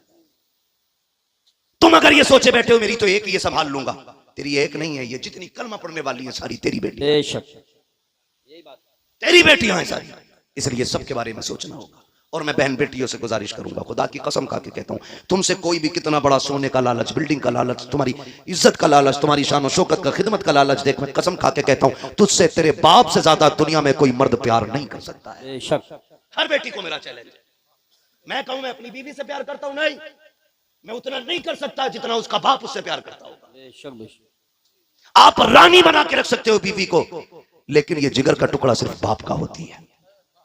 मैं मैं कहता हूं बेटियों से, तुम अगर किसी के धोखे में आ जाओ, गुड्डू सोनू पप्पू के, तो याद रखना 2 महीने 3 महीने गुजरेंगे, तुम किसी बैग में पैट मिलोगी, किसी फ्रिज में पड़ी मिलोगी, नाली के गटर में मिलोगी। तुम्हें मालूम नहीं क्या क्या स्कीमें चल रही हैं, कितनी बच्चियों को ले जा करके बेला फुसला करके मुंबई में किडनियां बेच दी गई, लाशन लावारिस फेंक दी जाती है, प्यार का झांसा दे करके मुस्लिम बच्चियों को ले जाया जाता है, उनकी किडनी बेच करके पैसा कमा लिया जाता है, फेंक दिया जाता है लाश को। मैं तुमसे कहना चाहता हूं, ये धोखे में मत आना, खुदा की कसम खा के कहता हूं, जो इज्जत तुम्हें इस्लाम ने दी है कोई धर्म नहीं दे सकता, जो मोहब्बत तुम्हें बाप ने दी है कोई मर्द तुम्हें नहीं दे सकता। बेशक बेशक। जाओ तहकीक कर लेना। मेरी बेटी मेरी बहन, रब ने तेरे लिए जन्नत तैयार की है, और वो जन्नत जिसमें नहरें हैं, बागात है, इतनी खूबसूरत मौसम वाली जन्नत कि अगर उसका सुराख, जन्नत का सुराख दुनिया की तरफ सुई के नाके के बराबर खोल दिया जाए ना, तो पूरी दुनिया उसकी ठंडी हवा से महकने लग जाएगी। सुभान अल्लाह। इतनी खूबसूरत जन्नत तेरे लिए। लेकिन भाई असल में बुनियादी कमजोरियां होती हैं। जब हमारे बच्चों को बचपन ही से भजन पढ़ाए जाते हैं ना, तो ईमान में मजबूत नहीं रहते। सही बात। फिर वो एक्स मुस्लिम बनते हैं, वो फिर किसी धर्म को नहीं मानते। लोग कहते हैं उससे पलटा, उससे नहीं, गलती हमने की। अपने बच्चों को इस्लामी तालीम जरूर दें, भले ही 6 महीने के लिए मदरसा छोड़ें, दाल खिलाएं मदरसे की। मैं गारंटी के साथ कहता हूं, जो बच्चा 10 महीने मदरसे की दाल खा लेना, वो मर जाएगा लेकिन हुजूर का दीन नहीं छोड़ेगा। ये मदरसे की दाल में बरकत होती है, मदरसे की दाल में। लेकिन हमारे बच्चे क्या बनेंगे? जब हम कहते हैं 35 मिनट ट्यूशन कुरान की है और 18 घंटे तुझे कुत्ता बिल्ली पढ़ना है, तो हमारे बच्चे क्या समझेंगे कि कुत्ता बिल्ली से ज्यादा अहम तो कुरान भी नहीं है। जब बच्चों से हम कहेंगे सुन, कुत्ता बिल्ली आए ना आए, रब का दिया हुआ कुरान जरूर आना चाहिए, तो फिर वो आखिरी दम तक उसकी तालीम याद रखेगा। आखिरी दम तक बच्चों को कुरान पढ़ाएं, दीन पढ़ाएं, अपनी स्कूल अपने कॉलेजेस बनाएं, अपनी बेटियों की इज्जत के मुहाफिज खुद बने, निकाह सस्ते करें, आसान करें, जल्दी करें, जल्दी करें। एक बात याद आ गई, कह जाऊं, आपने इतना टाइम अपनी मर्जी से लिया, आप 2 मिनट मेरी मर्जी से भी ले लें। जी जी मैं आपसे बस इतना कह जाता हूं ना, कई बार ना होता क्या है, कई बार होता ही है यूसुफ भाई, बराबर का रिश्ता ढूंढ रहे अब्बा, बराबर का नहीं मिल रहा। लड़की की उम्र 25 हो गई, अभी बराबर नहीं मिला है। 25 से 30 आ गई बच्ची की उम्र, अभी बराबर का नहीं मिला है। वो बेटी है, तुझसे कह नहीं पाती है, तू उसकी जिंदगी के साथ खिलवाड़ कर रहा है। अल्लाह ने उस पर गैरत के पर्दे डाल रखे, वरना जो सितम करते हो ना बेटियों के साथ बराबरी के चक्कर में, उम्रें गुजार देते हो बेटियों की, इसका हिसाब बड़ा मुश्किल पड़ेगा, इसका हिसाब बड़ा मुश्किल पड़ेगा। का नहीं, दामाद ऐसा होना चाहिए कि लोग देखें फलां का दामाद आया।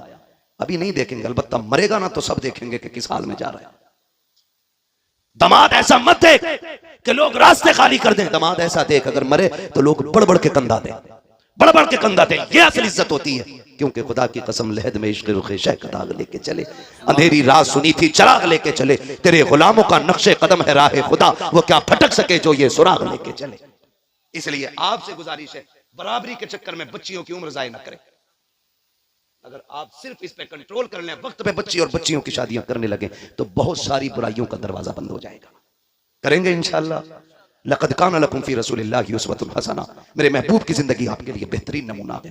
बेटियां पर्दे को लाजिम कर दें, मर्द हया को लाजिम कर दें। शादी ब्याह में बच्चियां ले जाना जरूरी नहीं है, जो काम मर्दों के करने के वो मर्द करें, जो बेटियों के करने वो बेटियां करें। बारातों का इस्तकबाल, जूस का गिलास, दूध का डब्बा बंद करिए। कोई लुल्ल लंगड़ा नहीं आया है जो इसे तू खिलाएगी तो खाएगा। अल्लाह कौन जाएगा? कहा तुम जाओगी। हाथ पकड़ा बीबी का, चल दिए सुबह में, दिन का उजाला है। बीबी से कहते जा रहे हैं, शरीक हयात सुनो, अंदर जाके ये मत बताना कि तुम अमीरुल मोमिनीन की बीवी हो, तुम्हारा शौहर आदि दुनिया का बादशाह है। ये नहीं कहना है, चुप जाकर के इज्जत से बेटी मांगनी है, इज्जत से बेटी मांगनी है। हजरत उमर दरवाजे पे खड़े हो गए, बीवी को अंदर भेज दिया। किसको? हजरत उमर कहां है? कहां है हजरत उमर? दरवाजे पे। मैं एक बात पूछूं, बड़ी बेगैरती की है, शादी लड़के की है, वो कह रहा मेरा कजिन आएगा देखने के लिए, बीवी हमारी बनेगी, और भेज रहे कजिन को, यार तुझे पसंद है तो मेरी पसंद है। अरे बेगैरत, आग लगे तेरी पसंद को,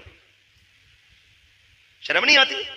कजिन को भेज रहा, उमर को देख, बेटे के लिए बेटी देखने आए, खुद दरवाजे के बाहर खड़े।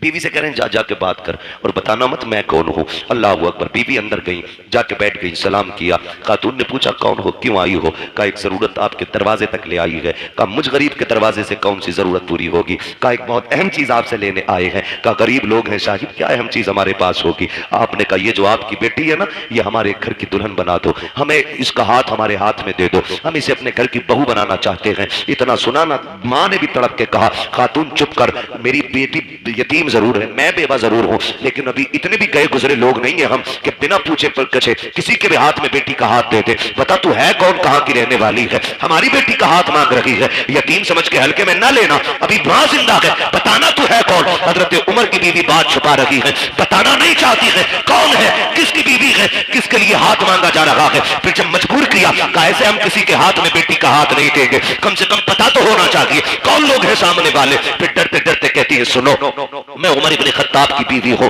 जिसके लिए मैं हाथ मांग रही हूं वो उमर खत्ताब का बेटा है। अल्लाह अकबर इतना सुना है, जैसी इतनी बात सुनी है औरत का तेवर बदल जाता है। कहती किस उमर की बात कर रही हो, कहीं वही तो उमर नहीं है जो हमारा अमीरुल मोमिनीन है, कहीं उसी की बात तो नहीं करती हो जो आदि दुनिया का बादशाह है। बीबी ने गर्दन झुका के कहा माफ करना, मेरे सरताज ने मना किया था कि आपको ना बताओ, लेकिन बता रही हो। हाँ, उसी उमर के बेटे के लिए आपकी बेटी का हाथ मांगने आई हो। कहती चल दिखा तो सकी, कहां का तेरा उमर, कब वो दरवाजे के बाहर खड़ा है। अल्लाह अकबर इतना सुना, बाहर जब औरत आई है, हजरत उमर दीवार से लगे हैं, हाथ उठे हैं, आंख में आंसू है। कहते हैं मालिक उमर को खाली ना लौटाना, आज उमर की इज्जत रख लेना, आज उमर की लाज बचा लेना, मालिक मुझे खाली ना लौटाना। ये रोते जा रहे हैं, कहते जा रहे हैं। औरत ने आके कहा था उमर क्या तू अमीरुल मोमिनीन है, कहा हाँ। काम तुम्हें बेटी नहीं दे सकते, कहा किस लिए, कहा था दुनिया के बादशाह का बेटा और इधर यतीम की बेटी, बताओ निभाओ कैसे होगा। हजरत उमर ने कहा था ये न दे कि ये किसका बेटा है और बच्ची कौन है,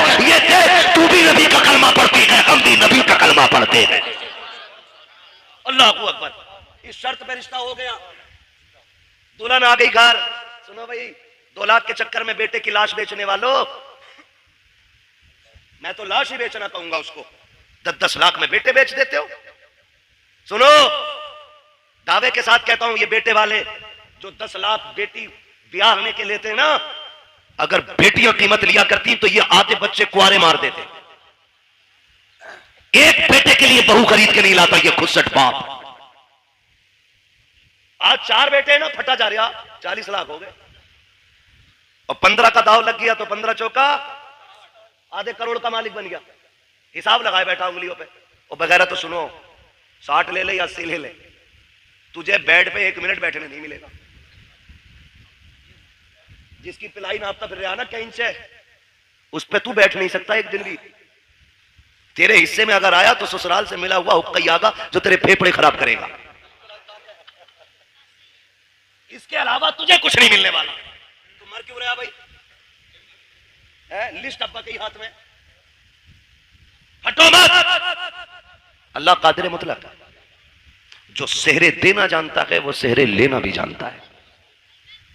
जो मेडिकल लाइन से लोग जुड़े, कितने हादसे ऐसे होते हैं, 18 साल का जवान, 20 साल का जवान, पता चला अभी शादी का रंग नहीं उतरा था कि जोड़े कफन में बदल गए।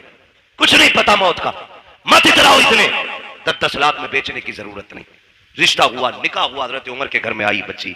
हजरत उमर करीब आके कहते हैं बेटी क्या बात थी उस दिन जो रात में तेरी माँ ने तुझसे कहा था। इतना सुना बच्ची के माथे पे पसीना आ गया। आपको कैसे पता? कहा मैं दरवाजे पे खड़ा था, दरवाजे पे खड़ा था। कहा जनाब बात ये थी कि मेरी माँ कह रही थी दूध में पानी मिला। मैंने कहा उमर का दौर है। उसने ये कहा कि उमर देख थोड़ी रहा है। फिर मैंने ये कहा उमर नहीं देख रहा तो उमर का खुदा तो देख रहा है। हजरत उमर रो दिए और हाथ पकड़ा बच्ची का, कहने लगे बेटी बता मैं कौन हूँ। बच्ची ने कहा आप मेरे चाचा लगते हो। फरमाने लगे ना बेटी, आज के बाद चाचा ना कहना, तू यतीम है, मुझे बाप कह के आवाज देना, मुझे बाप कह के आवाज देना। आज के बाद तू यतीम नहीं, आज के बाद उमर तेरे सर पे शफकत का हाथ रखता है। लेकिन सुन मेरी बेटी, रोज उमर को अदालत का काम रहता है, रोज फैसले सुनाने होते हैं। बेटी तेरी ड्यूटी इतनी है, जब उमर चलने लगे तो जो तूने अपनी माँ से कहा था खुदा देख रहा है, वही मेरे कंधे पे हाथ रखना और कहना अब्बा उमर फैसले सोच समझ के करना, खुदा देख रहा है। अगर तू ये कहती रहेगी उमर की अदालत से कोई फैसला कभी गलत नहीं हो सकता। तुम बहुओं को बाप वाला प्यार दो, वो तुम्हें बेटी वाला एहतराम देके दिखाएंगे। समझ रहे ना मेरी बात? बेटी वाला एहतराम आपको देगी। जो बेटियां एक बाप को एहतराम देती है तो निकले इन सारे फसादों से। मॉल में दामाद नहीं खरीदने, दीनदार बच्चियां तलाश करें, दीनदार, हिप्पी कट नहीं। हाँ बहुत पुरानी कटिंग थी वो याद है हमें, अब तो पता नहीं कौन कौन सी चल रही है। हाँ? ऐसा डिजाइन कह रहा मौलाना लड़की हमने देखी हो, कहां थे कि फला जगह बर्थडे की पार्टी में देखी, हूर लग रही थी हूर। आई है ना शादी के बाद जो दे दौड़ा ले दौड़ा, उठा पटक के भूत आ गए। मैंने भूत नहीं पूरी भूतनी लेके आया है। उतार दो, मैंने कहा अपने बस की बात नहीं। भूत उसके उतारो जिस पे चढ़े हों और जो खुद भूत नहीं हो। बोलो उसके कौन उतारेगा? कह रहा ऐसे बाल पड़े थे मियां, देखता रह गया। धोखे में मत पड़ जाना, ब्यूटी पार्लर ने बड़ा काम खराब किया है। ऐसे रंग बिरंगी मुंह बना देते, ऐसा लगता है कभी कभी के आटे के बोरे से निकल के आई है? और कैमरा ऐसा ऐसा फिल्टर मार रहा, कलवा भी कभी बुरा हो गया। ये कंडीशन है। फोटो भेज दिया, कलवा का फोटो आया, पूरा मोहल्ला देख रहा, दामाद बड़ा कोरा है, और फिर इतना घना सेहरा बनवाया कि कुछ टिप ही नहीं रहा था उसमें। और जब चौथी में आए दामाद तो फिर ढूंढ रहे थे सब, दामाद नहीं आया। यही तो है। तब मुंह कैसा, काफी मस्जिद गए थे, वुजू किया तो मुंह धुल गया। तो ये कंडीशन, ये हालात है।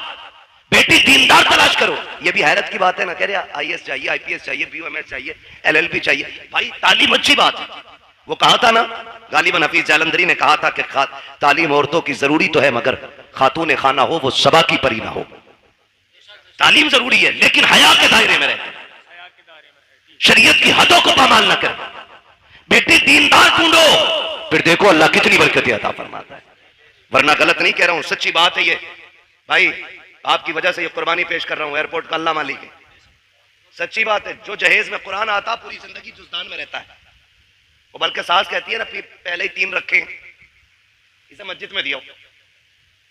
टीवी अपने कमरे में, एलसीडी अपने कमरे में, एलईडी अपने कमरे में, फ्रिज संभाल कर रखिए टूट ना जाए, वॉशिंग मशीन स्क्रैच ना जाए। बुढ़िया खड़े होकर ऑर्डर जारी कर रही है, आया ना कुरान, कहती लल्ला इसमें क्या, इसमें क्या? कि अम्मा कुरान है। ए लल्ला 4 तो पहले से घर में रखे थे, ये भी ले आए, इसे मस्जिद पहुंचा दो। अगर ये कंडीशन घरों की हो जाए ना, फिर पूछना मत कयामत कब आ रही है। समझ लेना कयामत तुम्हारे दरवाजे पे आके खड़ी हो गई है, क्योंकि तुम्हारे घर में टीवी और फ्रिज रखने के लिए जगह है और रब का कुरान रखने के लिए जगह नहीं है। सोचना और फैसला करना। गलत नहीं कह रहा हूं, पढ़े क्यों?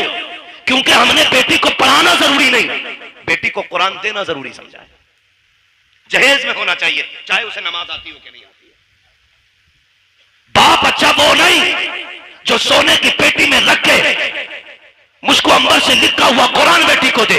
बाप वो बेहतर है जो जहेज में कुरान दे ना दे, बेटी के सीने में कुरान दे दे, इसलिए कि वो जहां जाएगी वहां जाकर के कुरान पढ़ेगी। लेके आओ कुरान वाली बेटी, फजर में उठ के मुसल्ला बिछाएगी, नमाज से फारिग होकर कुरान पढ़ेगी, रब की तस्बीह बयान करने के बाद शौहर की खिदमत करेगी, सास ससुर की खिदमत करेगी। फिर तुम देखना इन्हीं घरों के अंदर तुम्हें जन्नत के नक्शे नजर आएंगे। वरना याद रखना, ले आओ जितनी चाहे पढ़ी लिखी, जब तक शरीयत रखी होगी उस वक्त तक घर में जन्नत रखी होगी। मैंने पहले कहा था, घर कभी भी दौलत से नहीं, मदीने वाले की सुन्नत से चला करते। आप बच्चियों को कुछ पढ़ाएं या ना पढ़ाएं, लेकिन कुरान पढ़ाएं। मेरे ख्याल से आपके इलाके में भी इदारा है ना, हमारे नवाब भाई ने बताया था, मुझे याद आ रहा है, काफी पहले बताया था कि ये समूदिया में बच्चियों का इदारा कायम कर रहे हैं। वो मेरे ख्याल से कायम कर दिया है, माशाल्लाह। लिंटर की तैयारी है। ये इदारे हमारे जिम्मेदारियां हैं हमारी। इन्हीं इदारों के जरिए इंशाअल्लाह हमारी बेटियां कनीज़े फातिमा ज़हरा बनेंगी, कनीज़े फातिमा ज़हरा बनेंगी इन इदारों के जरिए। बेटियां, मैं आपको एक बात बता दूं, बेटे बुरा ना माने, क्योंकि मैं भी अपने अब्बा का बेटा हूं। वो ये ना समझे कि बेटों को बड़ा खुल के बुरा कह रहा है, ये सच्ची बात है। बेटे को ना कितने कुरान पढ़ा लो, वो जब भी पढ़ेगा ना हस्बे जरूरत पड़ेगा और बंद करके यूं रख देगा। लेकिन अगर आपने बेटी को कुरान पढ़ाया है ना, वो जब भी कुरान पढ़ेगी ना, उसे कुरान के सफात में बाप का चेहरा दिखाई देगा। बाप का इंतकाल हुए अगर 15 साल भी बीत गए होंगे ना, तो वो 15 साल के बाद कुरान बंद करके हाथ उठा के कहेगी, अल्लाह जो आयतें, जो रुकू, जो पारे, जो मैंने लाइनें पढ़ी है ना, इसका सवाब मेरे बूढ़े बाप की कब्र में अता फरमा दे। खुदा की कसम, ये बेटियां इतनी खैरत वाली होती हैं, जो भी तुम इन पर एहसान कर दो ये सर पे नहीं रखती हैं, ये एहसान का बदला दिया करती हैं, बदला दिया करती हैं। इसलिए बेटियों को पढ़ाओ।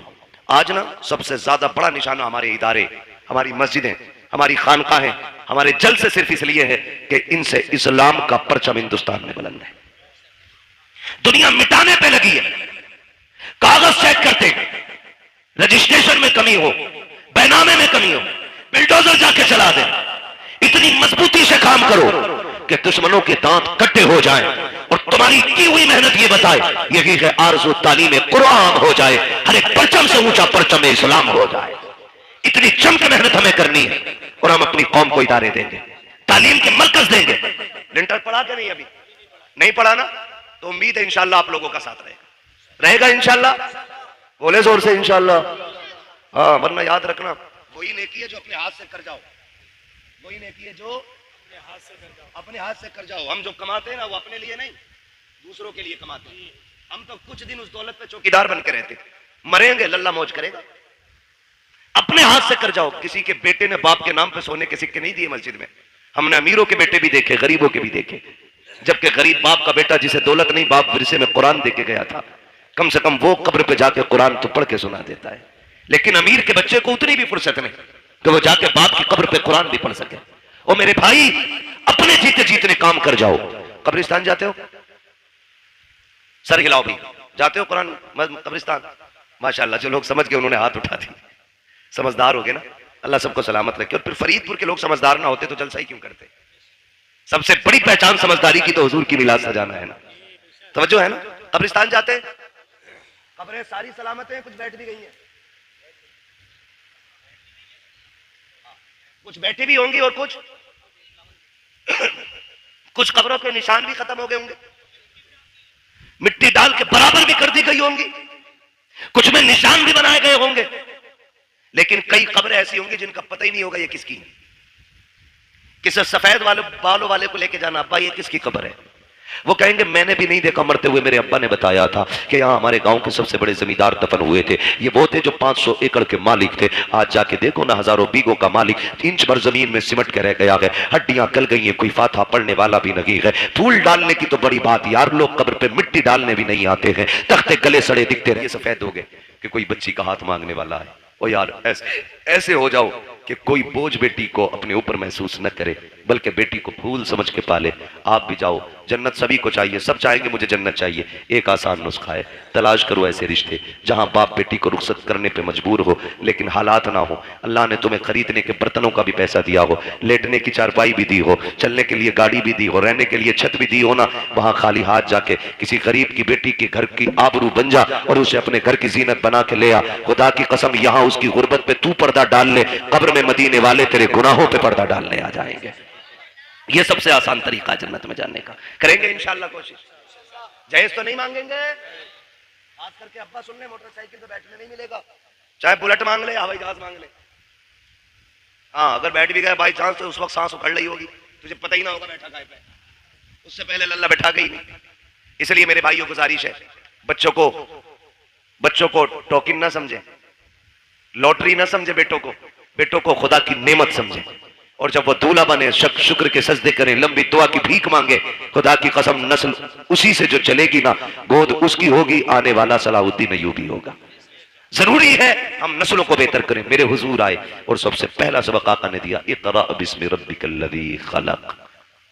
पढ़ने का हुक्म मेरे नबी ने सबसे पहले दिया।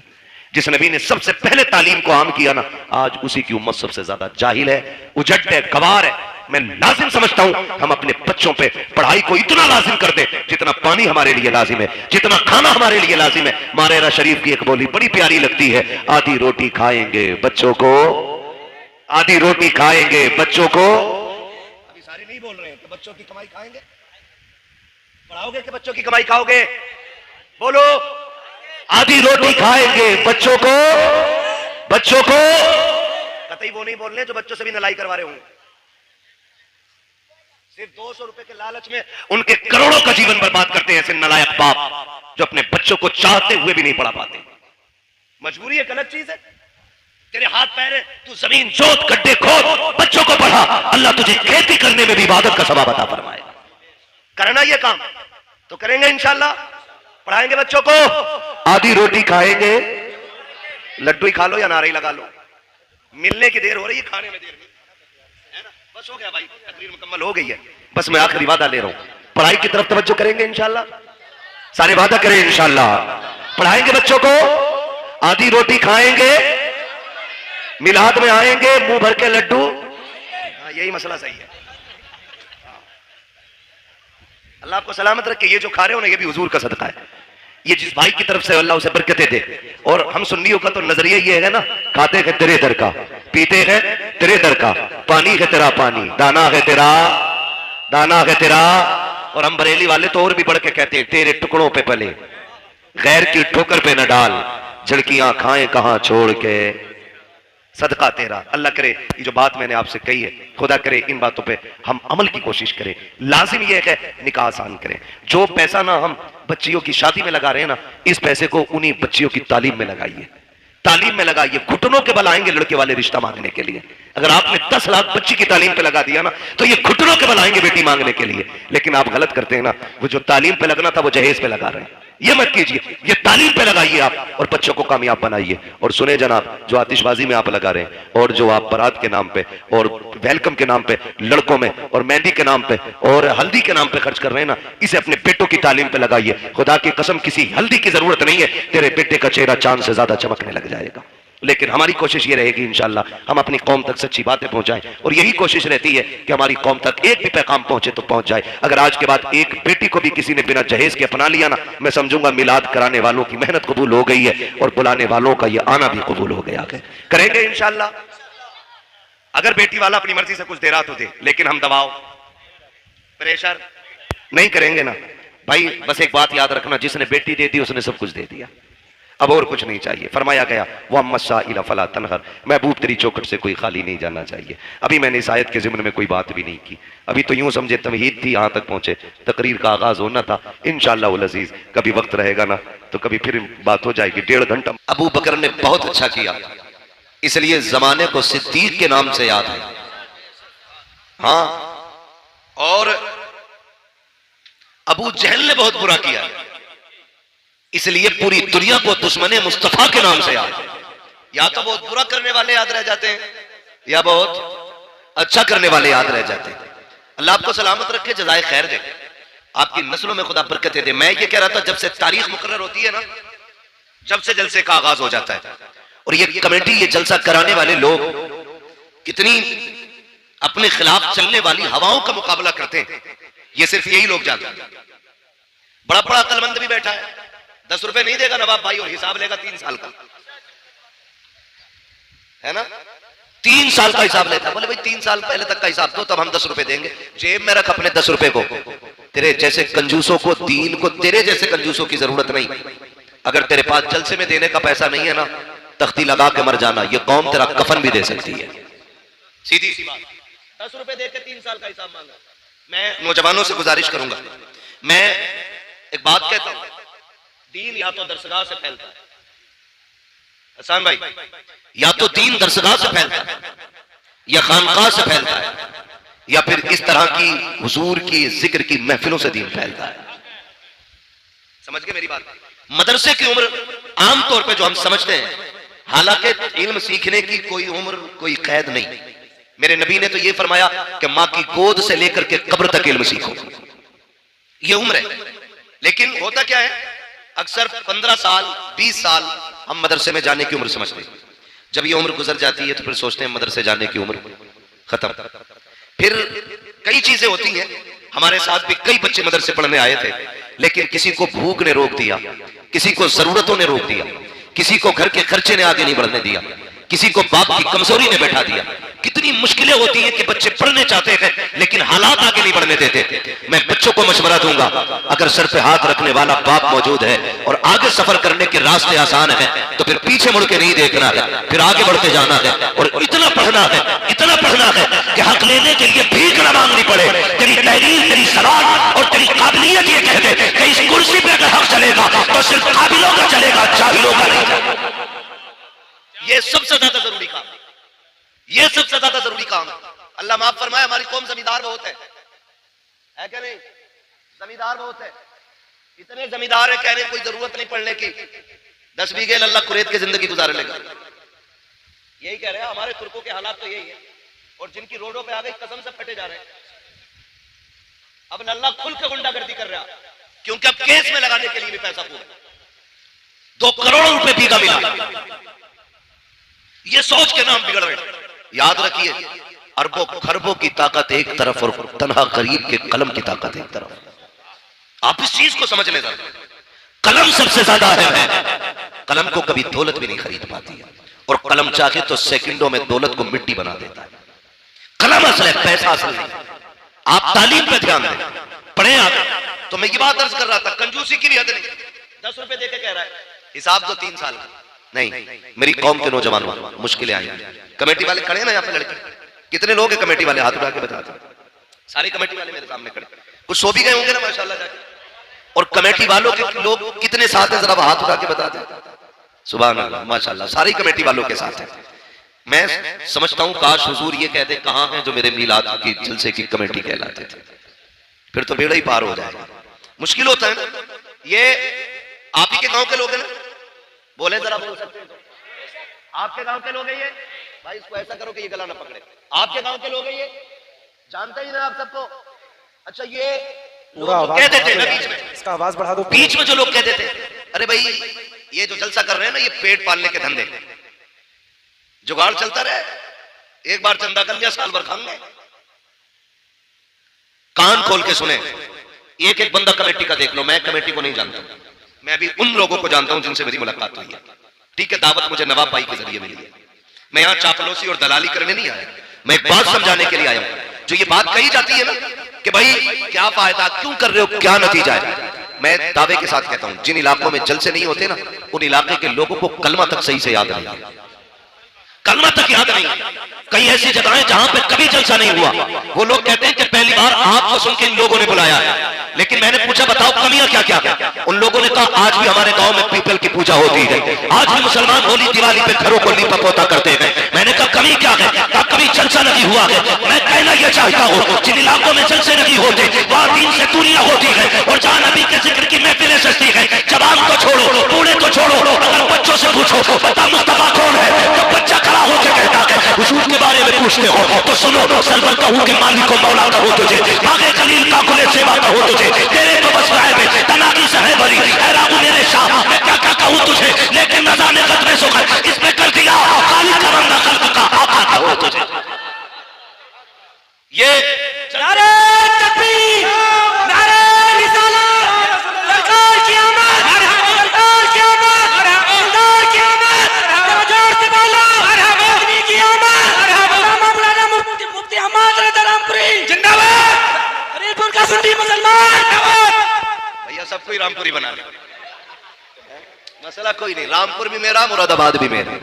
हम तो कहते हैं जहां जहां मेरे हुजूर का करम है वो सारी जमीन हमारी है ना। हम बीघे 2 बीघे वाले नहीं, हम बीघे 2 बीघे वाले नहीं, कायनात हमारी, कायनात हमारी है। हम बीघे 2 बीघे वाले नहीं है ना, हम बीघे 2 बीघे वाले नहीं।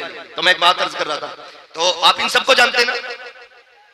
ये जो बात कही जाती है जलसे वालों के हवाले से कि साहब ये जो चंदे करते हैं ना ये पेट पालने के लिए करते हैं, एक एक बंदे की जिम्मेदारी लेता हूं मैं अल्लाह की इज्जत की कसम खा के, गारंटी है, चैलेंज है मेरा। देख लो इनमें से किसी को तुमने कभी अपने फरीदपुर में भीख मांगते हुए देखा है? बोलो बोलो यार, सामने वाले बोले देखा कभी? सोनपुर में, खोद में, रामपुर में, सुवार में कहीं देखा मांगते हुए? देखा कभी? कभी इनमें से कोई ये कह के गया हो मेरी बीवी की दवा के लिए पैसे नहीं है, 500 रुपए दे दो, बच्चे को पिज्जा बर्गर खिलाना है 100 रुपए दे दो। इन्होंने कभी किसी के दरवाजे पे जाकर के अपनी बीवी बच्चे के लिए भीख मांगी हो? एक बंदा बता दे मुझे कोई खड़े होकर के कभी रुपए भर का सवाल इन्होंने किया हो? लेकिन जरा दिल पे हाथ रख के बताइएगा, जिस दिन से जलसे की तारीख रखी गई है किस किस चौखट पे गए होंगे, किस किस को चाके आवाज दी होगी, मुझे बताओ तो सही। इन्हीं जलसे वालों से पूछो, बताओ तुमने बच्चों के लिए सवाल किया कि नहीं? का कभी नहीं किया। कभी औलाद के लिए मांगा कि नहीं? का कभी नहीं मांगा। कभी तो जी चाहा होगा कि गोश्त बनाया जाए लेकिन घर में पैसा नहीं होगा, बताओ किसी से बोटी का खर्चा मांगा? का कभी नहीं मांगा। का क्यों? गैरत इजाजत नहीं देती है। का मैं पूछना चाहता हूँ अगर ये कौम बच्चों के लिए 1 रुपया इसलिए नहीं मांगती कि गैरत इजाजत नहीं देती है, तो फिर ये जलसों के लिए दर बदल जाते हैं, चौकट चौकट जाते हैं, एक एक के दरवाजे पे जाते आवाज देते हैं, कितने धक्का देते हैं, कितनी गाली देते हैं, लेकिन कदम रुके नहीं, हौसला बदला नहीं, कभी तक के बैठे नहीं। क्यों नहीं बैठे? खुदा की कसम अगर अपने लिए चले होते तो कभी तक के बैठ जाते, कभी गैरत से डूब जाते, लेकिन अपने लिए नहीं। ये जो जलसा सजाया है मदीने वाले के लिए सजाया है और ऐलान किया है या रसूल अल्लाह ज़मीन व समा तुम्हारे लिए, मकीन व मक्का तुम्हारे लिए, चुनी व चुना तुम्हारे लिए, तगर में सबा तुम्हारे लिए, बदन में गजा तुम्हारे लिए, हमारे यहाँ तुम्हारे लिए, उठे भी वहां तुम्हारे लिए। नारे तकबीर, नारे रिसालत, मसले के आला हज़रत, मसले के आला हज़रत मिलाद है हुजूर का, आका करीम की विलादत का जश्न है। और फटा हुआ नोट ना था बेटे, 2-3 जगह से जो, इसे जेब में रख लो ताकि दोबारा कोई ले जाके ना दे। तवज्जो है सारे लोगों की? जरा कह दे या रसूल अल्लाह मेरे हुजूर का मिलाद है। हुजूर आए, कायनात मुस्कुराने लगी। मेरे नबी का करम कायनात के जर्रे जर्रे पे, कायनात के जर्रे जर्रे पे हुजूर का करम। मैं बिना किसी कैद के और पाबंदी के एक बात कहता हूं, पूरी दुनिया के हर शख्स को अपने घर के दरवाजे पे हुजूर की आमद का झंडा जरूर लगाना चाहिए, है ना? क्यों? क्योंकि सब पे मेरे नबी का एहसान है। अगर कोई ये कहे मुझ पे नहीं है तो फिर सुनो किस पे नहीं है। जिसके आंगन में बेटी मुस्कुरा रही है तो उस पे लाजिम है वो हुजूर के नाम का झंडा लगाए, क्योंकि आंगन में बेटियों के मुस्कुराने की आवाज ये मदीने वाले के सदके में मिली है। अगर आज कोई मां जूता लेके बेटे के मुंह पे मारती है और बेटा मुस्कुरा के गर्दन झुका के खड़ा है तो ये तेरा कमाल नहीं, ये मदीने वाले का कमाल है। क्योंकि मेरे नबी ने फरमाया अल जन्नतु तहता अक़दामि उम्महातिकुम, जन्नत तुम्हारी माओं के कदमों के नीचे रखी गई है। हाँ, और अगर बाप चौराहे पे बेटे के थप्पड़ मार दे और बेटा गर्दन झुका के फिर भी मुस्कुरा के कहे अब्बा है मेरा, तो फिर ये कमाल बाप का नहीं, कमाल आमीना के लाल का है। इसलिए कि मेरे नबी ने फरमाया था, क्यों अगर तुम ये देखना चाहो कि तुम्हारा रब तुमसे राजी है कि नाराज, फरमाया फिर बाप का चेहरा देखो। अगर तुम्हारा बाप तुमसे राजी है तो समझ लेना पैदा करने वाला खुदा भी तुमसे राजी है, पैदा करने वाला खुदा भी तुमसे राजी है। तो जिसे बाप मिला वो झंडा लगाए, जिसे मां मिली वो भी झंडा लगाए, जिसे बेटी मिली वो भी झंडा लगाए, और जिसे आजादी मिली वो भी झंडा लगाए। वरना तारीख तो यहां तक रखी है, दुनिया ईरान के किस्से पढ़ती है, दुनिया यूनान की कहानियां सुनाती है, बड़े बड़े तबीबों की दास्तानें उठा करके देखो। एक दौर ऐसा भी गुजरा है बड़े अदब के शहर में, हकीमों के शहर में कानून ये था किसी कमजोर को जीने की इजाजत नहीं थी, सिर्फ ताकतवर जिया करते थे। एक गोद में मां की बच्चा कमजोर आया, जब पता चला हुकूमत को गरीब बच्चा पैदा हुआ है, हुकूमत की तरफ से ऐलान कर दिया गया चाहे मां अपने बच्चे को पहाड़ी से फेंक दे, इसलिए कि गरीब को जीने का अधिकार नहीं है। अगर गरीब माशरे में सांस लेगा तो माशरा कमजोर हो जाएगा, ये सोच करके कमजोर बच्चे को मार दिया जाता था। अल्लाह अकबर, तारीख गवाह है। एक मां अपने बच्चे को सीने से लगा करके हुकूमत के आगे मजबूर होकर के पहाड़ी की ऊंचाई पे चल रही है। बच्चा कमजोर हो या ताकतवर हो, लेकिन मां के जिगर का टुकड़ा होता है। बच्चा काला कुतरा हो, चाहे जैसा भी हो, लेकिन मां के लिए चांद का टुकड़ा होता है। उस मां ने अपने शहजादे को सीने से लगाया, पहाड़ की बुलंदी पर लेके चल रही है। कभी लाल का चेहरा देखती है, कभी तड़प जाती है, कभी रो के बेटे को देखती है, कभी पहाड़ की बुलंदी देखती है, पहुंची है पहाड़ की ऊंचाई पे, थाक के देखती है नीचे की तरफ। जब जमीन देखी तो लाल को लिया, देख के कहती है परवरदिगार मेरा बच्चा इतना कमजोर है, पहाड़ की ऊंचाई इतनी है, या अल्लाह ये फेंका गया तो इसकी हड्डियां कितनी जगह से टूटेंगी। ये सोच के वो रोई है। उसने एक आह भरी थी, खुदा की कसम उसी आह का जवाब बन करके मक्के में अब्दुल्लाह के घर में मेरे नबी ने आके बताया था, और लोगों दिल दौड़ा न करना, यहाँ सिर्फ ताकतवर को नहीं बल्कि जमीन पे कमजोरों को भी उतना ही जीने का हक है जितना किसी ताकतवर को जीने का हक। नारे तकबीर, नारे रिसालत, जश्न ईद मीलादुन नबी, मसलके आला हजरत हजरत अल्लामा मुफ्ती हम्माद रजा कादरी, सरजमीन फरीदपुर, नारे तकबीर, सुभान अल्लाह। किसी को जीने का हक नहीं था। आज मुझे बताओ, आज मुझे बताओ ये इज्जत है किसके सदके में? बोले हुजूर के सदके में। मेरे आका ने आते ही सबसे पहला मक्के शरीफ में इंसानियत का वो सबक पढ़ाया कि जिसकी मिसाल नजर नहीं आती। तवज्जो है ना? बर्दाश्त करें, बातें मेरी बड़ी कड़वी आने वाली है। मैं आईना को दिखाऊंगा दाग चेहरे के, जिसे खराब लगे सामने से हट जाए। बातें कड़वी करने लगा।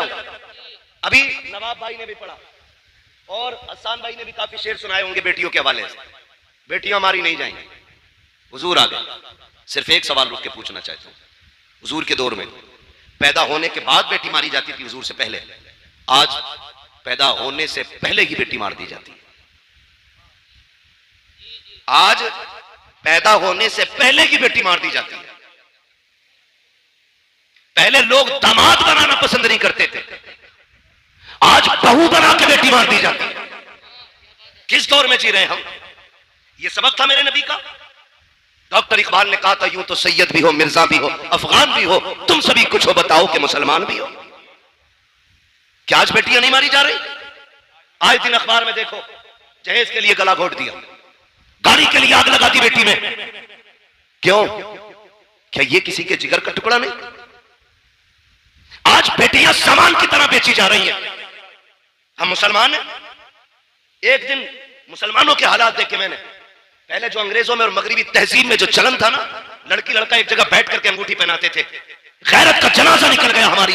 आज कलमा पढ़ने वालों में ये चलन आ गया है, एक ही स्टेज पे एक ही मंच पर दुल्हा भी होता है, दुल्हन भी होती है। इंगेजमेंट का वो बेगैरती वाला नाच नाचा जाता है कि लड़का लड़के को अंगूठी पहनाता है, लड़की लड़के को अंगूठी पहना रही है। कहां चली गई हमारी हया, कहां मर गया जाके आंखों का पानी। ये दिन देखने बाकी के उम्मत को एक तरफ खजा के अंदर बेटियां बुर्का पहन करके सो रही है कि अगर हमारे ऊपर बिल्डिंग गिर भी जाए, लोग हमारी लाशें निकालने आए तो हमारा बदन बेपर्दा नहीं होना चाहिए। वो नकाब में खजा के अंदर मलबे से तली निकलती है और हिंदुस्तान देश की सांस लेने वाली मेरी कौम की बेटियां बेगैरती का जनाजा इतनी तेजी से गैरत का जनाजा निकाल रही है, अंगूठी मर्दों के सामने पहना रही है। और यार किधर चली गई हमारी गैरत? मैं पूछना चाहता हूँ, आका करीम तशरीफ लाए, बेटियों को इज्जत मेरे नबी ने बख्शी है। मुझे बताओ तो सही, हमने मुआशरे को कितना बचाया है? कितनी आसानी से कह देते हैं मौलाना 7 उम्रें करके आया हूँ, मैंने 8 उम्रें कर लिए हैं। क्या नतीजा इस उम्रों से? अगर तेरी बेटी मंच में बैठ करके गैरों के सामने अंगूठी पहनाए, इसे गैरत कहते हो, इसे तरक्की कहते हो? मैं तो ये कहता हूँ वो अंधेरा भी भला था कि कदम राह पे थे, रोशनी लाई है मंजिल से बहुत दूर हमें। रोना नहीं चाहिए आज हमें, रोना नहीं चाहिए। बात उलमा की आती, कहते मौलवी पुरानी बात पीट रहा। याद रखिएगा, हम पुरानी करते हैं लेकिन इतनी भी नहीं कि जो चले ना। हम जो बात करते हैं ना, ये वो बात है जो खुदा की कसम यहां भी चलेगी, मरने के बाद वहां भी चलेगी। भाई इसका ई को कम करो, आवाज दो यार, आवाज साफ समझ में आनी चाहिए। तवज्जो है ना सारे लोगों की? ये कंडीशन हमारी है, अंगूठी पहनाई जा रही है। अंगूठी शर्म नहीं आती? जानते हो तो मैं बताऊं इस्लाम का दौर कैसा गुजरा। मौलाए कायनात मौला अली रज़ी अल्लाह ताला, जिनको हैदर कर्रार कहा जाता है, जिनको शेरे खुदा कहा जाता है, जिनकी तलवार चलती थी तो फिजा से आवाज आती थी, आवाज आती थी शाह मर्दा शेर यज़दा कुव्वत परवरदिगार ला फता इल्ला अली ला सैफा इल्ला ज़ुल्फ़िकार। ऐसी आवाज आती थी जिनके तलवार के टाइम पे। उनका दौरे खिलाफत है, दौरे खिलाफत। एक बच्ची ना नकाब की ओढ़ करके चौराहे से गुजर रही है। तवज्जो है ना, सुन रहे हैं सारी बात? बहुत गौर से मेरी बात सुनिएगा। चौराहे से बच्ची गुजर रही है और चेहरे पे नकाब पड़ा है, कपड़ा पड़ा है। अचानक हवा का झोंका आया और बेतवज्जोही से बच्ची के चेहरे का नकाब उड़ गया। उड़ा और इतनी देर के लिए उड़ा के उड़ते ही फिर अपनी जगह आ गया। उसी बीच एक नौजवान की नजर उसकी आंखों पे पड़ गई। आंखों की खूबसूरती देखी दीवाना हो गया। लेकिन वो बिगड़े हुए नहीं थे। मैं ये भी बता दूं, वो ऐसे नहीं थे कि रात के 3-3 बजे 2-2 घंटे नाली पर बैठ के मोबाइल से बात कर रहे। अच्छा खासा पढ़ा लिखा इंसान हो के 3 घंटे नाली पे बैठ के मच्छर मारता, 3-3 घंटे। और फिर कह रहे अब्बा रिश्ता तेरी मर्जी से नहीं अपनी से करूंगा। क्यों? कि तुम्हें नहीं पता औरत कैसी होनी चाहिए। अबे जानवर, जिसकी जिंदगी 40 साल एक औरत के साथ गुजर गई, उसे नहीं पता बीवी कैसी होनी चाहिए? तो 3 घंटे नाली पे बैठ के बात करके आया है और तुझे पता है औरत कैसी अच्छी होती है। ये कंडीशन हमारी कौम की। तो चेहरे पे नजर पड़ी ना, जैसी नजर पड़ी देखा तो कुछ और नहीं, एक बूढ़ी औरत को बुलाया, कहा अम्मा, कहा हाँ, कहा फला जो बच्ची है ना उसके लिए मेरी शादी का पैगाम ले जा। क्या कहा? क्या ले जाना है? शादी का पैगाम ले जा। जब इतनी बात कही ना, बुढ़िया ने कहा क्यों? कहा अम्मा बात यह है कि वो रास्ते से गुजर रही थी, मेरी नजर उसकी नजरों पे पड़ गई और मैं उसकी आंखों पे फिदा हो गया, मुझे उससे निकाह करना है। जब वो बूढ़ी पैगाम लेके आई ना और बच्ची से कहा बेटी एक नौजवान है, वो तुम्हारी आंखों पे फिदा हो गया है, तुमसे निकाह करना चाहता है। बच्ची ने कहा माँ उसने मेरी आंखें कहां देखी? उसने कहा उसने बताया कि तुम चौराहे से गुजर के जा रही थी तो उसकी नकाब पलटी, हवा से तुम्हारी नकाब उड़ी और उस जवान की आंखें तुम्हारी आंखों से टकराई। कहा बस वो आंखें देख के फिदा हो गया। बच्ची ने जानते हो क्या कहा? उसने ये नहीं कहा चलो एक फॉलोवर बढ़ गया, हाँ उसने नहीं कहा मेरा चाहने वाला बढ़ गया। कहा अम्मा ठहर अभी आती। अंदर गई, चाकू लिया, तबाक लिया, दोनों आंखें निकाली, तबाक में रखी, कपड़ा डाला, कहा माँ ये लेके चली जा। बेटी इसमें क्या है? कहा इसमें मेरी आंखें हैं। कहा क्यों? कहा ये आंखें उस जवान को जाके दे जिसका दिल इन आंखों पे आ गया है। इतना सुना, बच्ची के जो आंखों से खून चेहरा लहूलहा, बूढ़ी तड़प गई, बेटी ये क्या कर दिया? मैं तो निकाह का पैगाम लेके आई थी। उसने कहा माँ जैसी तूने बताया ना आकर के, मेरी आंखों पे उस गैर महरम की आंखों का निशाना पड़ गया था। उसने मेरी आंखें देखी हैं, मैं ये सोच के गैरत से पानी पानी हो रही थी। अगर कयामत में खातूने जन्नत ने मुझसे ये पूछ लिया कि किन आंखों से मेरे पास आई है, जिस आंखों पे एक मर्द की नजरें पड़ गई थी, अम्मा मैं क्या जवाब दूंगी? ये आंखें लेके चली जा, आंखें उसे मुबारक हो, खातूने जन्नत की मोहब्बत मुझ कलीफ को मुबारक। नारे तकबीर, नारे रिसालत, जश्न ईद मीलादुन नबी, पैगामे मजहब इस्लाम, मसलके आला हजरत हजरत अल्लामा मुफ्ती हम्माद रजा मुरादाबादी, सरजमीन फरीदपुर, नारे तकबीर, सुभान अल्लाह। तवज्जो है ना सारे लोगों की? ओ भाई ये कंडीशन, एक दौर हमारा है सभी गुजरा है। आज ना अपनी बेटी खड़ी है, तमाशा बना के तुमने खड़ा किया उसे, तमाशा बना के, और कह रहे जी मौलाना चुप रहो, अब जदीद दौर है, न्यू जनरेशन है, ये जो कर रही है भाई अभी से नहीं रोका जा सकता।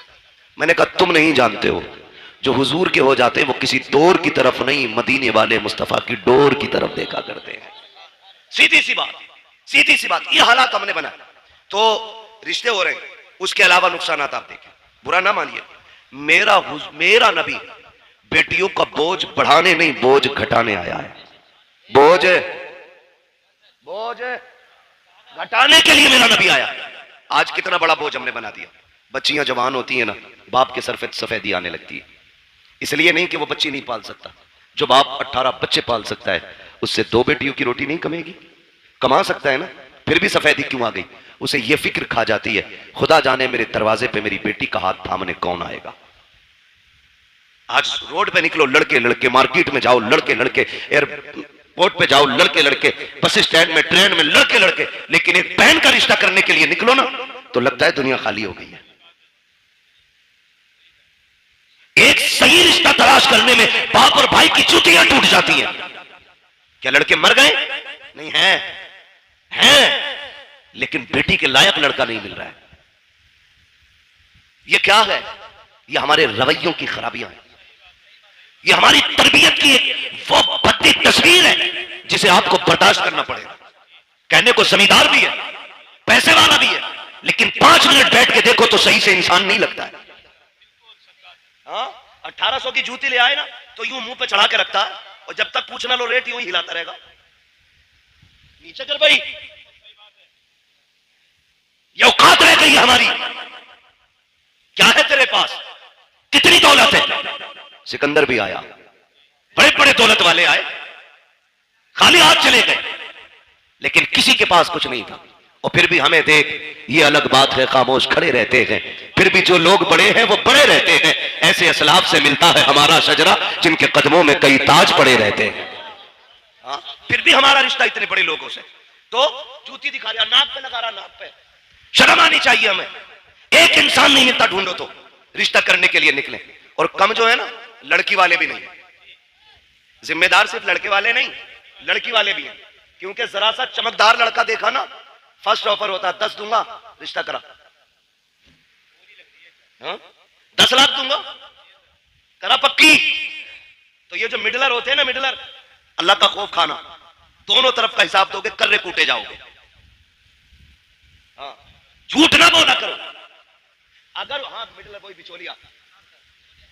बिचौलिया समझ रहे ना, बिचौलिया जो दोनों तरफ से इधर का पैगाम उधर, उधर का इधर करता। इसका काम यह था इधर का पैगाम उधर पहुंचाना, इधर की उधर लगाना नहीं।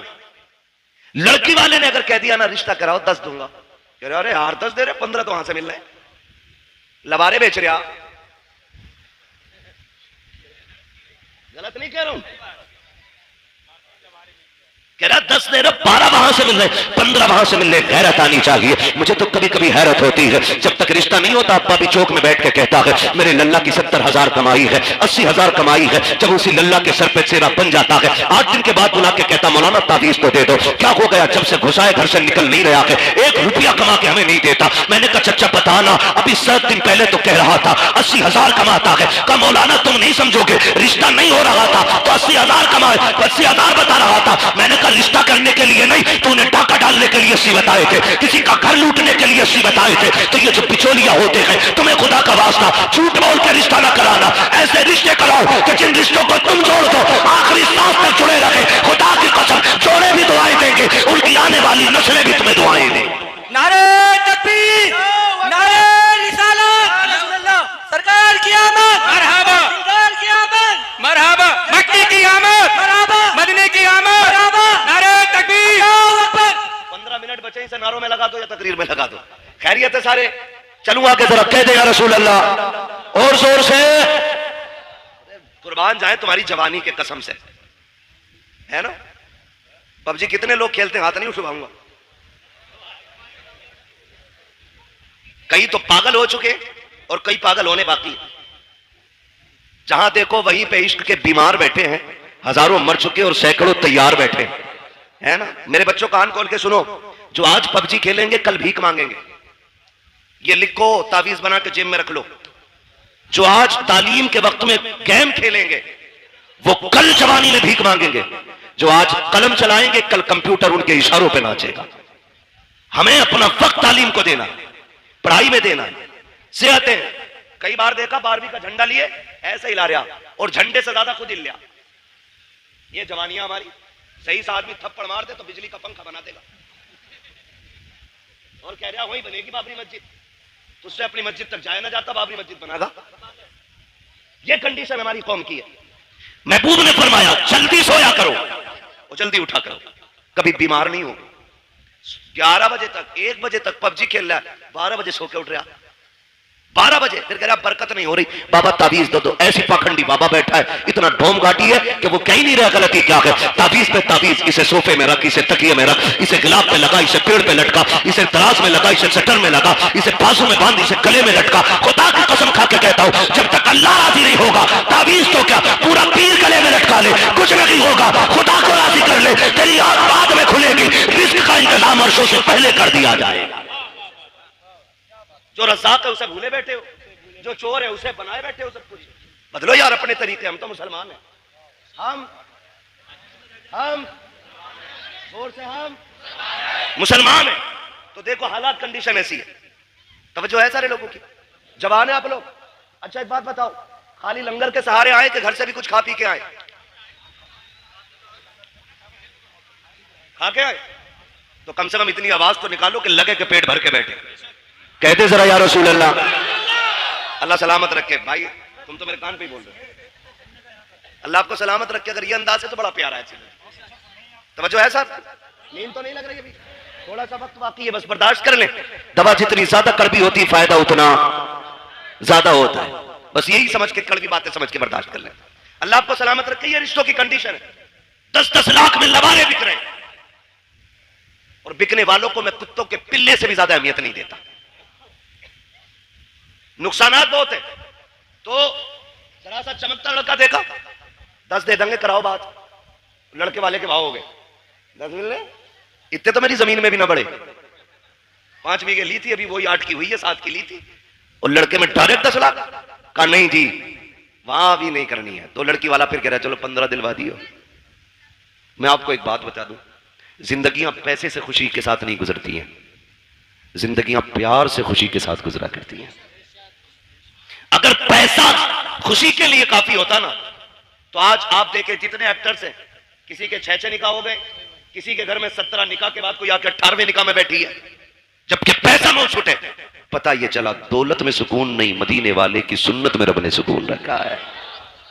पैसे वाला ढूंढ रहा 10 लाख 20 लाख और पता ये चला कि बिक गई सारी। 8 दिन में लगे बिक गई। क्योंकि लल्ला बस कहते मैंने पता चला था कि बियर पी रिया तो क्या बियर थोड़ी, वो जूस पी रहे, जूस बता रहा बियर को। शराब है ये, हराम है ये। मौलाना जूस है ना, मौलाना को ना पता। बेटे जितने ब्रांड तू जानता है ना वो कहां से बनते हैं ये सब मौलाना जानता है। ये कान खोल के सुन लेना कि मौलाना को जूस बना के उल्लू ना बनाना। मौलाना इस जूस की पूरा मिक्सचर जानता है ये कहां से बना। तो कह रहे जूस पी रहा, शादी से पहले जूस पी रहा था, अब चुपके से कह रहा रात को ना कोई तावीज दे दो, पौवा पी के पड़ा था।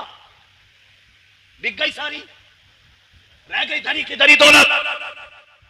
रिश्ते अगर तलाश करने गए अमीरों की चौखट पे नहीं, मस्जिद के दरवाजे पे जाके तलाश कर। आप कहेंगे वहां कैसे?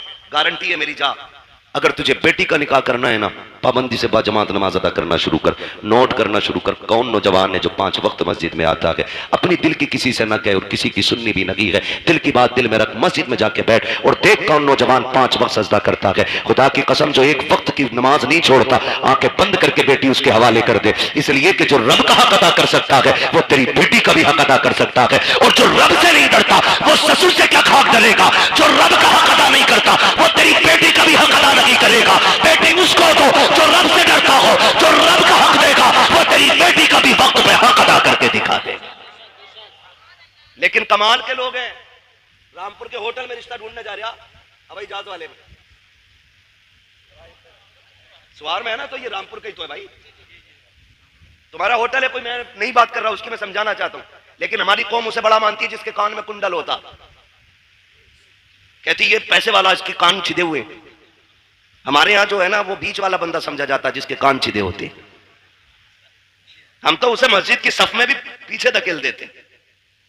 नाक कान का मसला देखो, सोने का कुंडल देखा, कर दो, सेठ लग रहा, पता चला वो कुंडल भी चुरा के पहना था। ऐसे रिश्ते करते? ऐसे रिश्ते नहीं होते।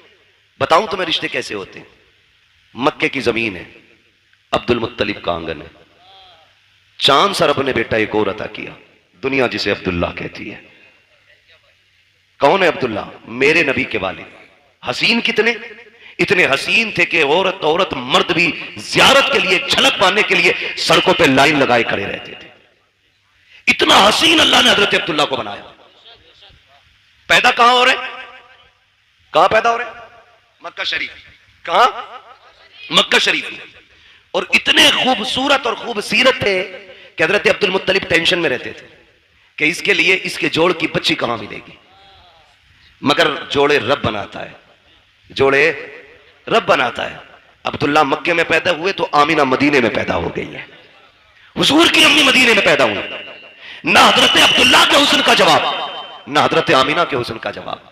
सीरत में यह भी बेमिसाल, सीरत में वो भी बेमिसाल, सूरत इनकी भी बेमिसाल है, सूरत उनकी भी बेमिसाल है। लेकिन देखें अब्दुल मुत्तलिब परेशान, कह रहे हैं रिश्ता किधर करना है। काबा शरीफ के हरम में लेटे, आंख लगी, ख्वाब में नूरानी चेहरे वाले आए और कहा अब्दुल मुत्तलिब क्या सोच रहे हो? का बेटा है, जोड़ नहीं मिला पा रहा हूं। फरमाया परेशान ना हो, सुबह उठना, मदीने जाना, वहाब बिन मुनब्बा की बेटी का हाथ मांग लेना, रब ने उस आमिना को तेरे अब्दुल्ला के लिए बनाया है। जब उन्होंने ये बात कह दी ना, आप फरमाने लगे आप हैं कौन? कहने लगे मुझे नहीं पहचाना, मुझे जद्दुल अंबिया इब्राहिम खलीलुल्लाह कहा जाता है। यह भी बता दो, रिश्ते जितने ज्यादा अच्छे होते हैं बिचौलिया उतना ज्यादा अच्छा होता है। समझ गए? चोरों के बिचौलिए चोर ही बनते, ख्याल रखिएगा। समझा रहा हूं कुछ मैं। आया तो इब्राहिम खलीलुल्लाह, जाना सुबह उठना और जाके उनकी बेटी का हाथ मांग लो। आप उठे, मदीना शरीफ पहुंचे। कौन है? अब्दुल मुत्तलिब। किसी मोहल्ले के जिम्मेदार नहीं, कोई क्या बोलते हैं अध्यक्ष नहीं, चेयरमैन नहीं, काबे के मुतवल्ली है, खानदान कुरैश के सरदार है। पावर इतनी है कि अब्रहा भी आता है ना हाथी की फौज लेके तो नजरें झुका के बात करता है। इतनी पावर वाला। बेटों को लिया, सुने देखो रिश्ते कैसे होते। बेटों को लिया, मदीना शरीफ आ गए। वहाब बिन मुनब्बा की चौखट है, जबकि वहाब बिन मुनब्बा भी सरदार है, लेकिन इतने बड़े नहीं थे वो छोटे सरदार। आके ना आवाज आई, कौन? का अना अब्दुल मुत्तलिब। इतना सुना ना माथे पे पसीना आ गया वहाब बिन मुनब्बा के। इतना बड़ा सरदार मेरे दरवाजे पे।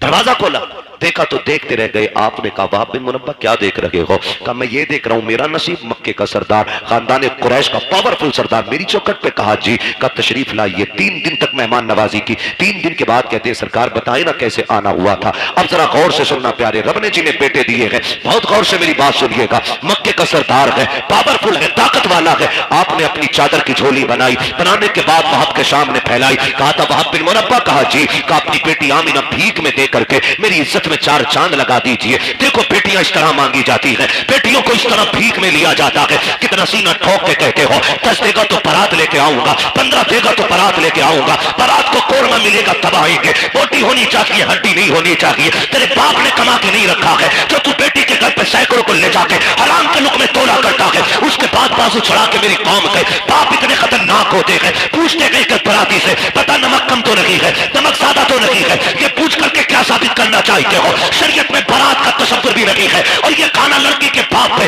आज के लिए लाजिम भी नहीं है। दबाव दे करके खाना खाते हैं हम लोग, जुल्म करते हैं बेटी वाले पर और उसके बाद कहते हो कि अगर खाना अच्छा मिलेगा तो बारात आएगी। गैरत कर, देख तो सही बेटियां कैसे मांगी जाती है। बाप बिन मुनब्बा के आके अब्दुल मुत्तलिब ने झोली फैलाई है और कहा था अपनी बेटी दे करके हमारी इज्जत में 4 चांद लगा दो। कहते हैं परेशान क्यों होते हैं? सुनो अब्दुल मुत्तलिब, आमीना आज भी तुम्हारी है, कल भी तुम्हारी थी और कल भी तुम्हारी रहेगी। अब्दुल मुत्तलिब कहते हैं वहां बताओ तो सही, अगर कोई रिश्ता करता है, बेटे की तहकीक करता है, पता करता है चलन कैसे है, पूछता है रवैया कैसा है, तुमने मेरे अब्दुल्ला के बारे में पूछा नहीं, मेरा बेटा कैसा है, करता क्या है? बाप बिन मुनब्बा ने कहा था पूछने की जरूरत नहीं है। कहा किस लिए? कहा जो इब्राहिम तेरे ख्वाब में आया था वही इब्राहिम मेरे ख्वाब में आके बता के गया। नारे तकबीर, हाथों को उठाकर नारा लगाइए सारा मजमा, नारे तकबीर। सारे लोग हाथों को उठाकर लगाए नारे तकबीर, नारे रिसालत, नारे रिसालत। मसलके आला हजरत, मसलके आला हजरत मुफ्ती हम्माद साहिब क़िबला, मुफ्ती हम्माद साहिब क़िबला। सरकार की आमद, सरकार की आमद, दिलदार की आमद, आका की आमद, दाता की आमद, फरीदपुर के सुन्नी जिंदा दिल मुसलमान। नारे तकबीर, नारे रिसालत। वाह, बहुत अच्छा। बताओ ना, हमने कितने दुख कम किए बेटियों के यार, कितने दुख कम किए बेटियों के। आज बेटियां रोती नहीं है, आज भी बेटियां रोती हैं। जब शाम को थका हारा बाप मजदूरी करके घर आता है ना और बेटी आगे रोटी रखती है तो हाथ कांपते हैं उसके, इसलिए कि वो बाप का उतरा हुआ चेहरा नहीं देख पाती। और ऊपर से हमारे समाज के ताने, कहते हैं घर में बेटियां पाल रहा है, इससे निकाह नहीं हो रहा है। ये ताने देकर के आप जीते जी मार देते हो बेटी के बापों को। किसने हक दिया हमें? ये किसने हक दिया? और हमारे रवैये देखे हम ही ये आज जो बेटियों को फांसियां लग रही है ना, ये आरएसएस वाले नहीं लगा रहे।